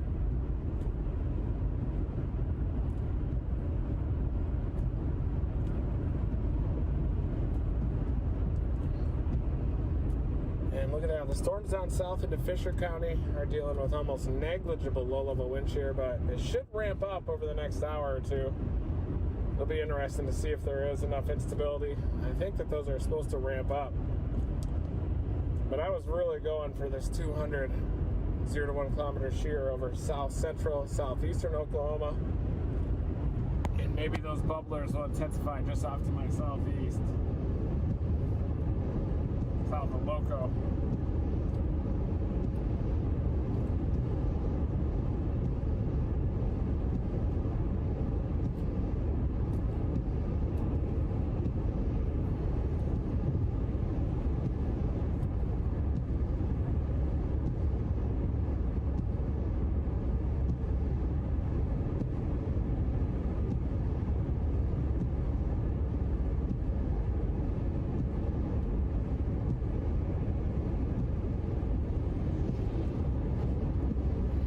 Thank you, Robin Hinsdale, for that $20 donation. Much appreciated.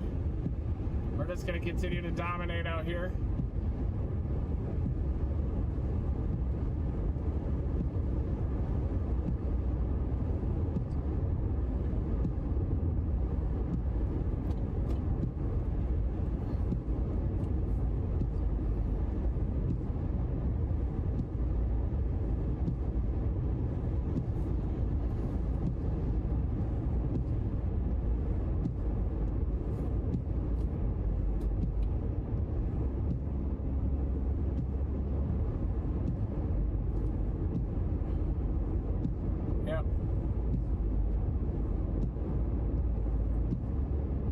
I was going to chase those out of eastern Oklahoma and into Arkansas on I-40 and then stop at Little Rock and then drop south to Shreveport tomorrow.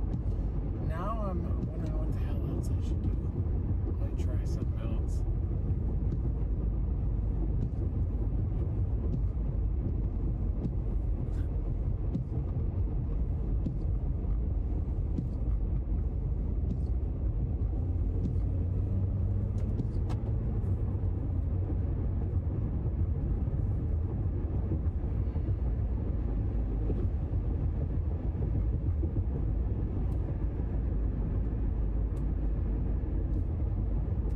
That Tecumseh storm is looking good out near Shawnee.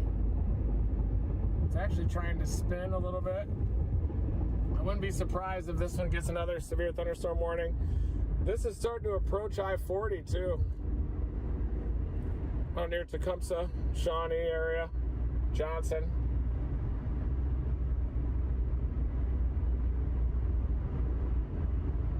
That's a large hail right there.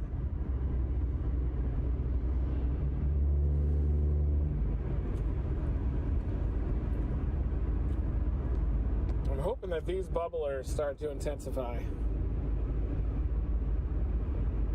This area here, it's kind of right near the boundary. I've got northerlies, 57-degree temperatures where I'm located. But who knows? Maybe some of these towering cumulus will gain strength. They had some bubbly tops. And if they do, then they'll be moving into the deeper moisture, and I'll be in better position for tomorrow.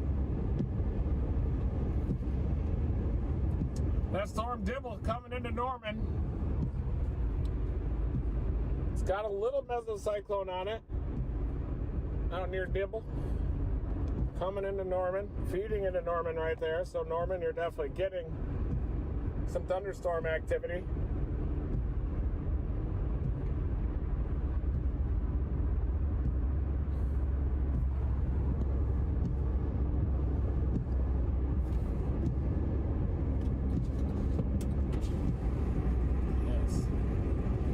Yeah, tomorrow is going to be a major outbreak. So it looks like your classic Dixie Alley type of an outbreak. Watch out, everybody. It's going to be a big day tomorrow. Ooh, yeah, that ectotop south of Shawnee is really blossoming. Look at that. Big area of yellow right there. It's probably about to go severe. Again, it's kind of pulsing back up. Coming into Shawnee, Tecumseh, Earlsboro. Southeast of Shawnee, look at that.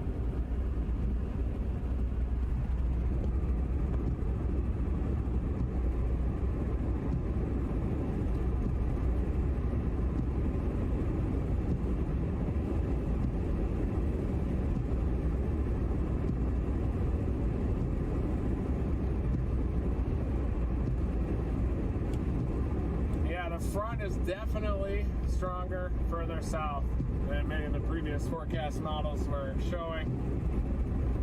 No doubt. Look at the red buds every now and then. See the pink of the red buds nestled within the bright green?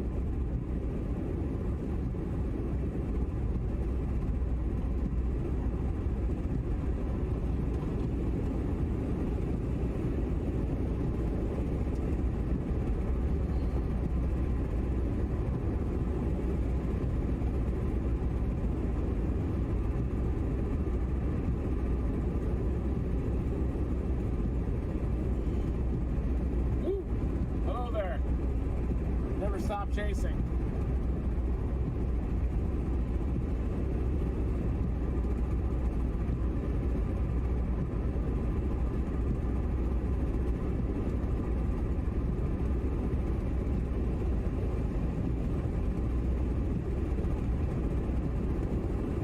Thanks everybody for coming in. Thanks for those donations.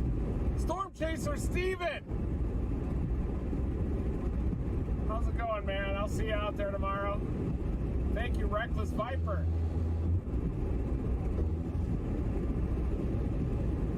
Yeah, Chris, the reason that those are intensifying is they get elevated and then they're able to tap into that elevated instability. So we've kind of seen that all day as these storms lift north of the boundary, and then once they go elevated, they actually intensify and tap into those steeper lapse rates aloft.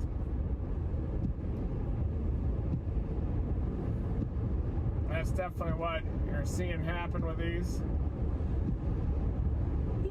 You can see some of these bases up in front of me with these bubblers. We'll see if they'll intensify, but just isn't the kind of setup where they just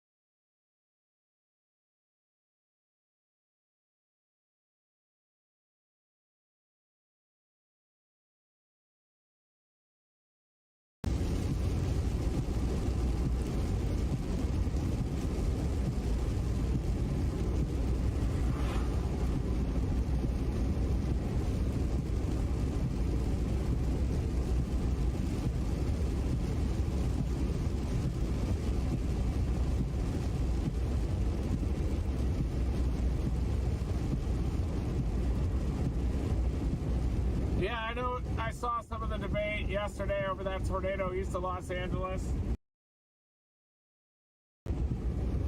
Brendan was just like, maybe people are afraid to use the word tornado like before the 1950s just because it's a scary situation. Tornadoes are scary and you don't even want to use the word tornado. But the National Weather Service just did not want to verify that tornado after all those videos were coming up. Got to get out there and see the damage with our own eyes. I think especially with artificial intelligence and stuff these days that people are kind of worried that videos can be faked. I think that's the only rationale, but sometimes it's just obvious when it's a tornado. Like that one was yesterday east of Los Angeles, so the included mesocyclone. I'm worried those are undercut, Ashton. It does have potential, that one west of Wichita Falls. But look, they're getting that classic elevated appearance. So it's behind the front. I think it's getting northeasterly inflow into it.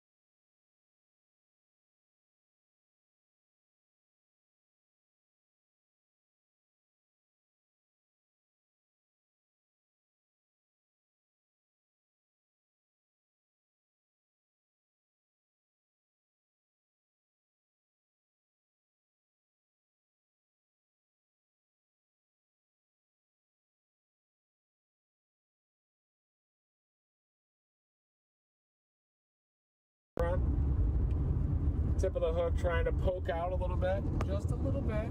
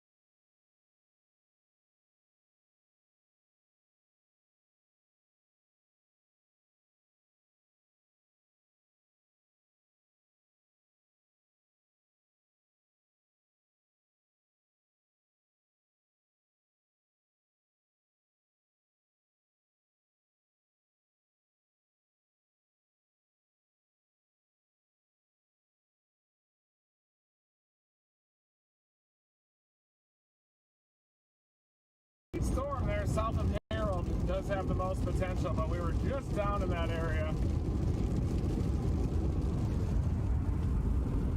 And I'm telling you, those are elevated above the cold front. They do have some potential for some hail. Probably have that smooth, kind of laminar, cold, elevated looking appearance to them. Southwest of Electra.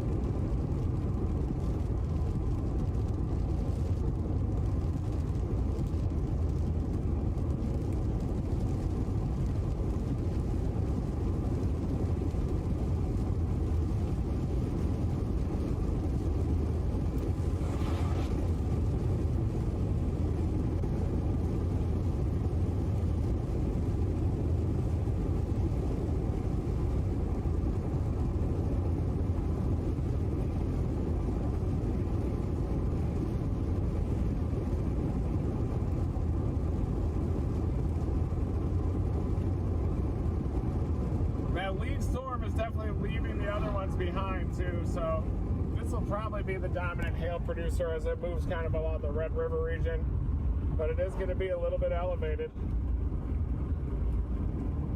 That's it, just southwest of Electra.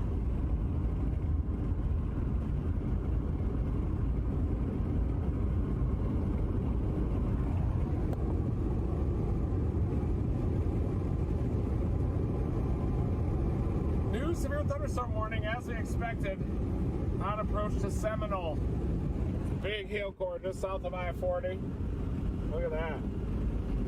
Just west of Seminole, coming into Seminole there. Johnson, areas east of Johnson along I-40 are included in that. Big hail core moving up toward I-40.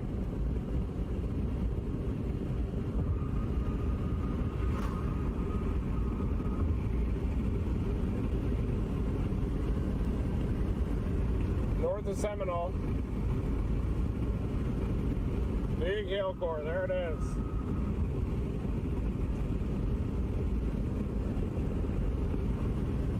New severe thunderstorm warning, and it's moving into that flash flood warning zone up northeast of Boley, Okemah area. More heavy rain coming in. It's probably going to make that flooding even worse.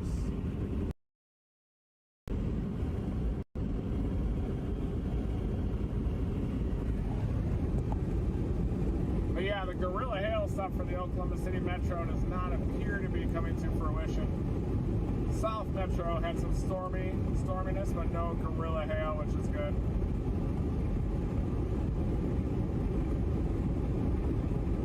The lead one is trying to wrap. Really is trying.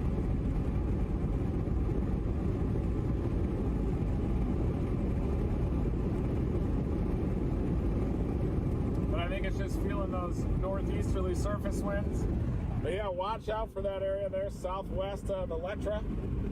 If you live out of that area, share this stream. We're keeping an eye on everything for you. There's the hook on the southwest side of the storm, but I think it's just feeling the northeasterly surface winds on the cold side of the boundary, and that's causing that hook to come back around on the south side.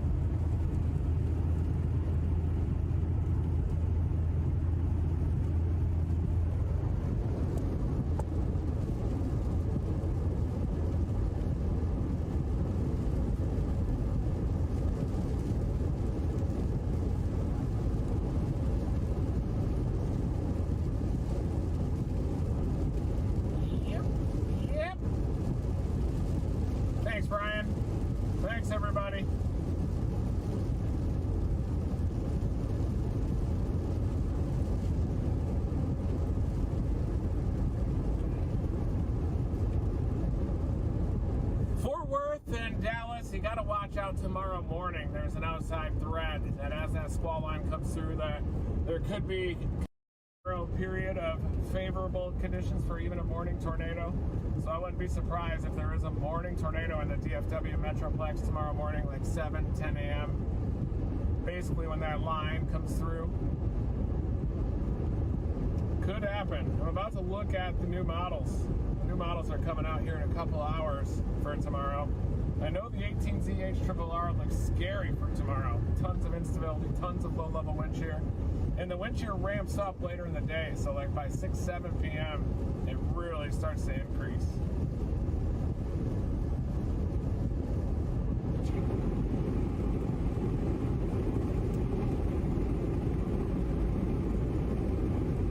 Yeah, that storm west of Wichita Falls is definitely trying to go through the motions a little bit. I think in the next couple of scans, we're probably going to see it fall apart. Kind of looks like the couplet is a little out ahead of the hook, meaning that there's a little bit of rotation out where the boundary is kind of out ahead of the front, ahead of the storm. So the cold front undercuts the storm and intensifies as it's elevated above the shallow stable layer. And you can actually see the rotation kind of march way out ahead of the hook, way out in front of where it should be.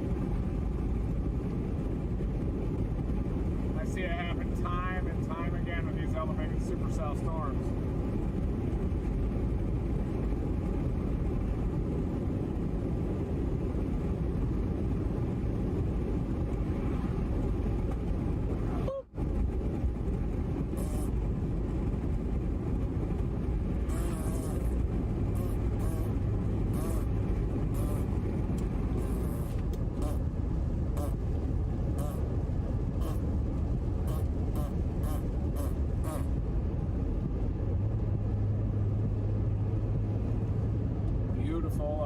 Arbuckle Mountains off to the left. These beautiful Arbuckles. See them in the distance. Turner Falls is a great place to recreate. Southern Oklahoma, big waterfalls that come down. Just a fantastic place to hang out. I'm monitoring the storms along the front, but I'm telling you, they are getting undercut. We'll see if that lead one will be able to hang on, but it is behind the front. And that latest scan, the hook is not, it's looking a little bit anemic. See how the reflectivities are going down a little bit on the north side of the hook? Beautiful little stream coming out of the Arbuckles back there. Wow. Just love it.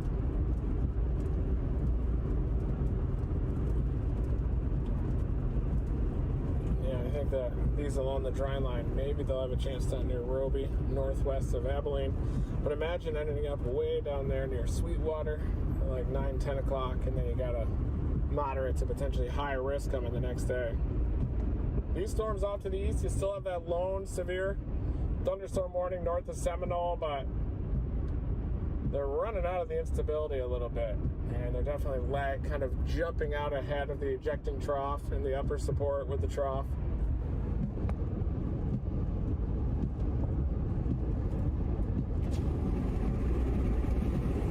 It's cold here too, 59, even though it's warmer than it was a little bit earlier. It's still pretty cold.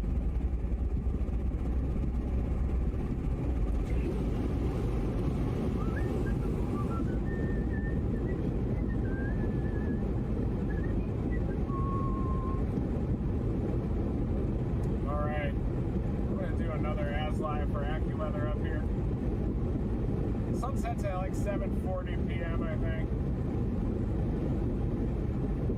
Just get one under the belt.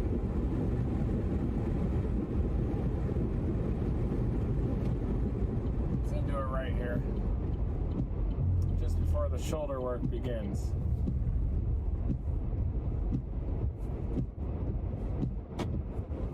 I'm going to shoot a closing AS Live here for AccuWeather. Just enjoy the beautiful terrain of Oklahoma.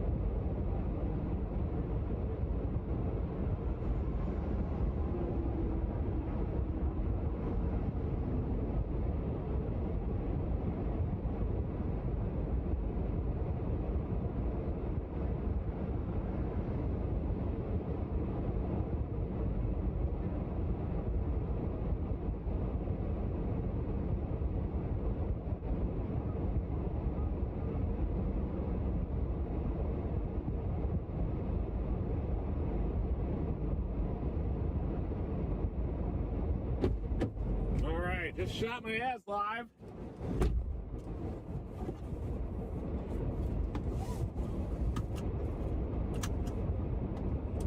The storm is just really petering out southwest of Harold. We were down in that area. We know that the front has surged to the south of it. Might be some quarter-size hail, maybe some nickels. But the rotation has all but dissipated with that storm. And there's the flash flood warnings that I just covered in my AccuWeather As Live, south side of Tulsa, all the way down to I-40, including Henrietta, up through Tahlequah, Bentonville, Springdale, Rogers, and then up into the north of the Branson area, where those storms have been training. And the ones to the southeast of Springfield, those still have severe thunderstorm warnings. They have deeper mesocyclones than the ones further southwest, and we just got that new flash flood warning too. Actually a decent area of rotation and spin. Mo Games, thank you for that $10 donation. Never stop chasing. That's the most important part. Never stop chasing. Whether it's severe weather, whether it's your dreams, science, whether you like to write, art, music, never stop chasing. Golf. As long as you dedicate yourself to something hardcore, I think that's the key. You gotta hardcore dedicate. You know, it doesn't have to be hardcore, but you gotta be dedicated. Passion is what makes the world turn around. And it looks like that front is out ahead of these storms, and that little cell out to the west of Holiday, that one's probably developing right on the boundary, right on the outflow boundary. So these are classic elevated storms back behind it. This Roby one might have a chance, but I think that the convective inhibition is going to build in out ahead of these storms and might prevent them from really ramping up. Kind of had the two modes. You had this mode up in northeast Oklahoma and northwestern Arkansas, this mode down here, but overall the cold front was stronger than forecast, kind of shunted down south and definitely undercut a lot of the storms.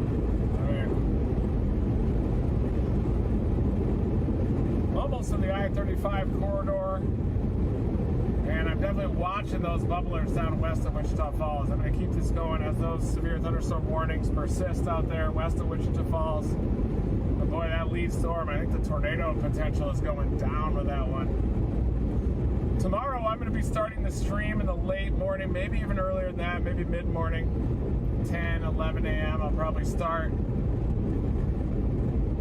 And boy, is it going to be a long day, probably like 12, 16-hour marathon storm chase. I'm going to chase all the way into the night. I'm chasing Saturday too. I'm chasing the whole event. Never stop chasing. It's the most important part.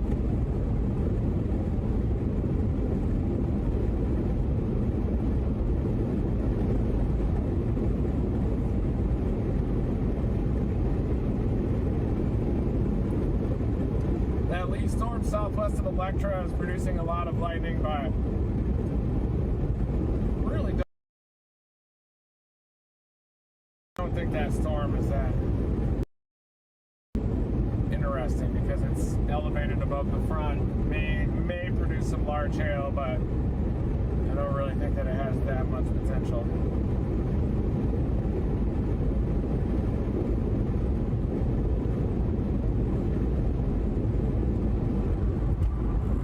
Storms further south along the dry line. Seems like the convective inhibition is starting to build in. The wind shear isn't really building in as fast.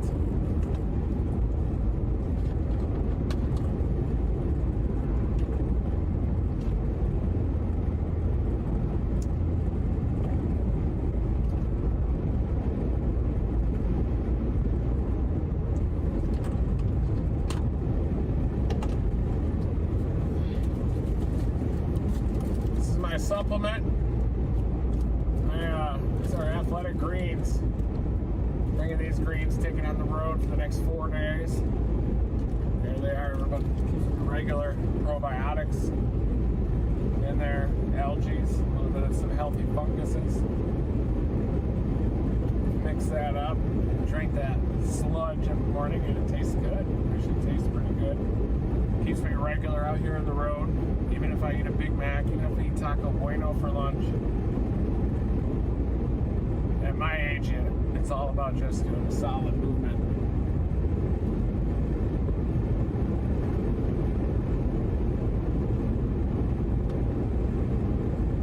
So I'm thinking about staying the night tonight in Texarkana. Maybe dropping toward the I-20 corridor. I might also play Highway 82 into southern Arkansas. I do want to get some practice time in with the Mavic 3. Now, storm is starting to weaken to the southwest of Electra. It's looking undercut by the front. Don't think it has too much of a chance moving forward. And make sure I can upload that as live to AccuWeather too. Get something on the air, making some TV out here, folks. Got to make TV. If you're gonna do anything, make TV. Make some TV.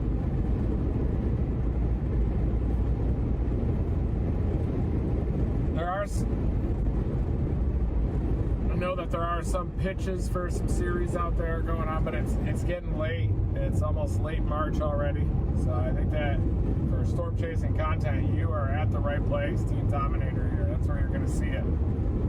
Storm chasing is definitely increasing in popularity, it seems. But still, I think there are more storm chasers out in the field at the tail end of Storm Chasers, the series, when we had like 150 cars back behind us. We were trying to turn around and just couldn't do it. Every car had to turn around. There were people with their little puppy on their lap and a Mini Cooper that were following behind us. And there was one time we had 3 Dominators, 2 tour vans, medic vehicles, production vehicles, the 3 Extreme Tornado Tours vans, and I looked up and I saw the Oklahoma City news choppers were following our caravan because we had missed the Joplin tornado that day. We were chasing a couple left splits that had died, and I realized that, wow, this had gone too far. And then ever since then, we've been kind of throttling it back, and now I'm just here by myself working in the car. We got Brian, who's running the production quality, who runs the live stream, man behind the curtain breaking down radar now. And Brian was the field producer of Storm Chasers in that crazy 2011 season. So now we're coming back full circle again. But that season in 2011, April had over 700 tornadoes during a single month. That's the most active month in recorded history. And we're excited to get the Dominator 3 back out in the field. That was actually never covered in Storm Chasers because we built it just after Storm Chasers was canceled. It was covered in Tornado Chasers, the 2013 season. But we want to get the Dominator 3 back out of the field. I want to do more series. I want to do more science. I'm always just so tired after being on the road for so long that it's definitely getting a little bit more difficult to keep up, but probably just need to get some testosterone enhancement. And we'll be back dominating again.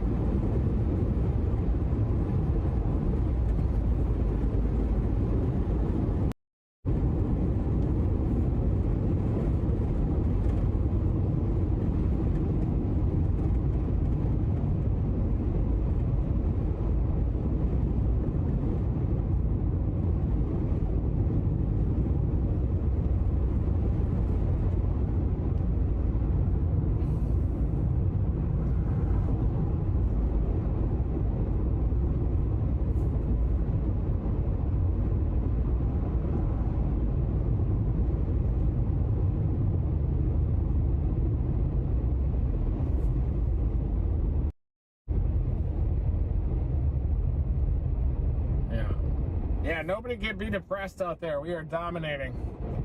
Yeah, we're gonna blast all the way to the Arklatex and see like 25 tornadoes tomorrow. I'm gonna get very close to it. I'm gonna fly the Mavic 3 very close to the tornado, and might even use my pressure sensor app on this phone and deploy it inside of a tornado. It's going to be a barn burner of a day tomorrow, but I'm concerned about the people in the path of this event. The Mid-South, large sections of Arkansas, Louisiana, into Mississippi, and eventually even pushing into Alabama Friday night. That'll be tomorrow night. Is that Friday? Yeah. Today's Thursday.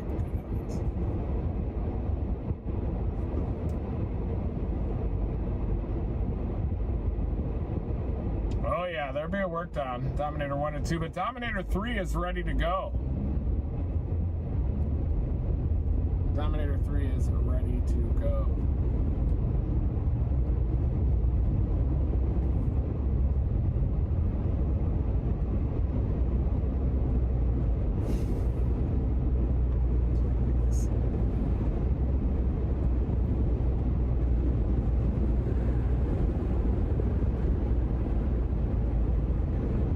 Big tomorrow. It's going to be one of those days. Probably like Andover or one of those big outbreaks in Dixie Alley. You can see it be like April 15, even 2011.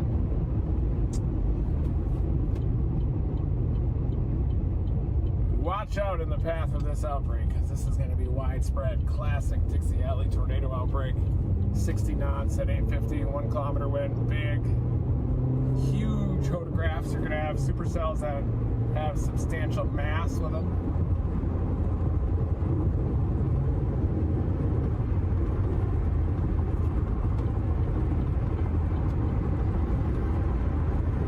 Springer right here is where that tornado passed on April 22nd, 2020. This is where it touched down and then matured off to the northeast.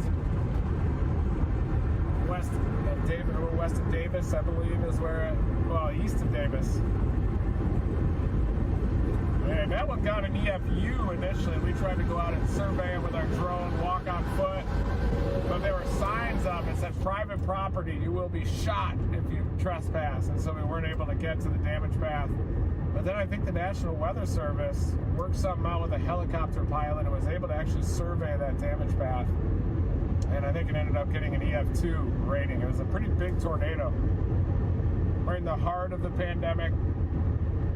Just before the Bassfield event, I believe, or maybe it was, yeah, just before the Bassfield event.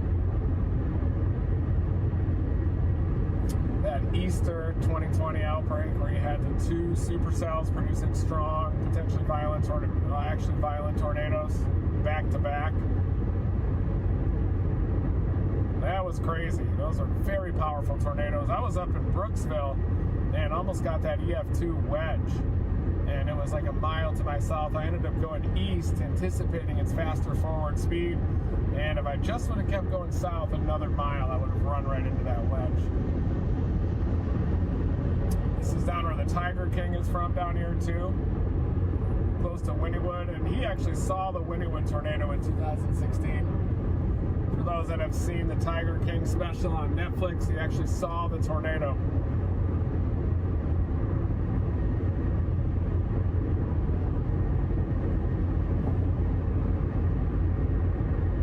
Thank you, CU2. CU2, what a clever word, a play on your name. Love it. Those other ones have special weather statements now to the northwest of Abilene, those dry line storms. They're not severe right now, but the lead one is severe, but that one actually might lose its severe thunderstorm warning as it gets a little bit closer to Wichita Falls.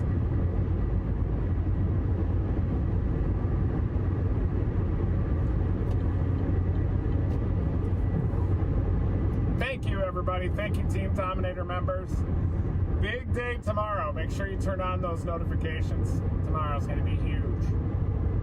So we'll be chasing it live. I might even chase into Central Georgia on Saturday. Another big day.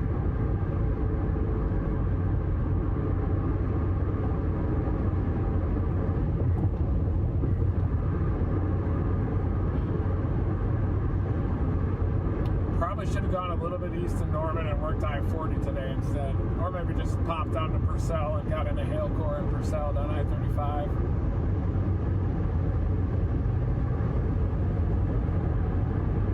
But I bet that hail core that came into Purcell was probably just copious amounts of quarters, maybe nickels. I don't think it was huge hail. just because it wasn't the cleanest of a supercell storm. Kind of clustering together, very turbulent, classic elevated cluster, kind of moving out of the instability axis.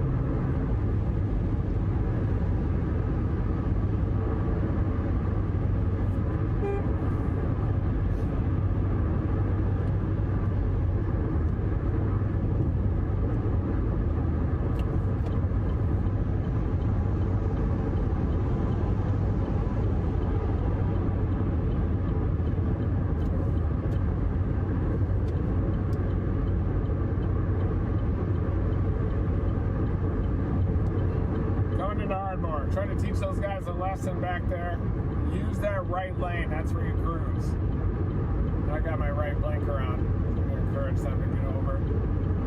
A lot of people have to go around, and there were two guys just text messaging. And that was probably the same traffic that Brian was going through when we were trying to start our stream. Yeah, I'll get some rest up here in Texarkana. And I'm going to be waking up early. I might even do a live briefing tonight, too, when the Zero-Z models come out. Just because I know that models are going to be significant for tomorrow. And I have decided to focus 100% on tomorrow's chase. But you can still get some isolated hailers off the dry line there north of Abilene. Basically between Abilene and Seymour.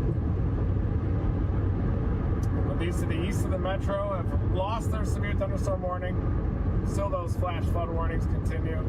Tulsa up through northwestern Arkansas into southwestern Missouri.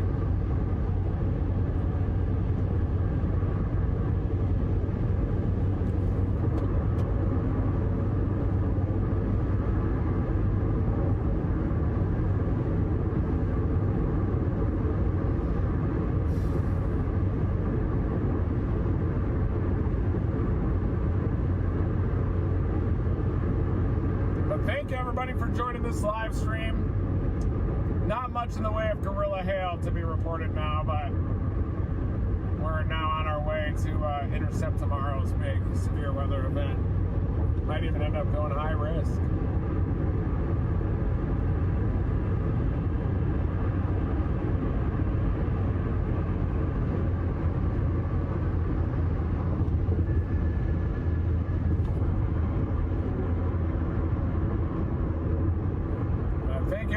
For tuning in. Turn on that notification bell. Hit that like button. Sometimes these types of chases end up happening. Followed that storm from west of Wichita Falls up into southwestern Oklahoma, and it just wasn't ripping, which is good. I think the cold front was a little bit too strong. So thank you, everybody. Be sure to tune in tomorrow. Big day expected tomorrow. Big time chasing. Thank you, everybody. Never stop chasing.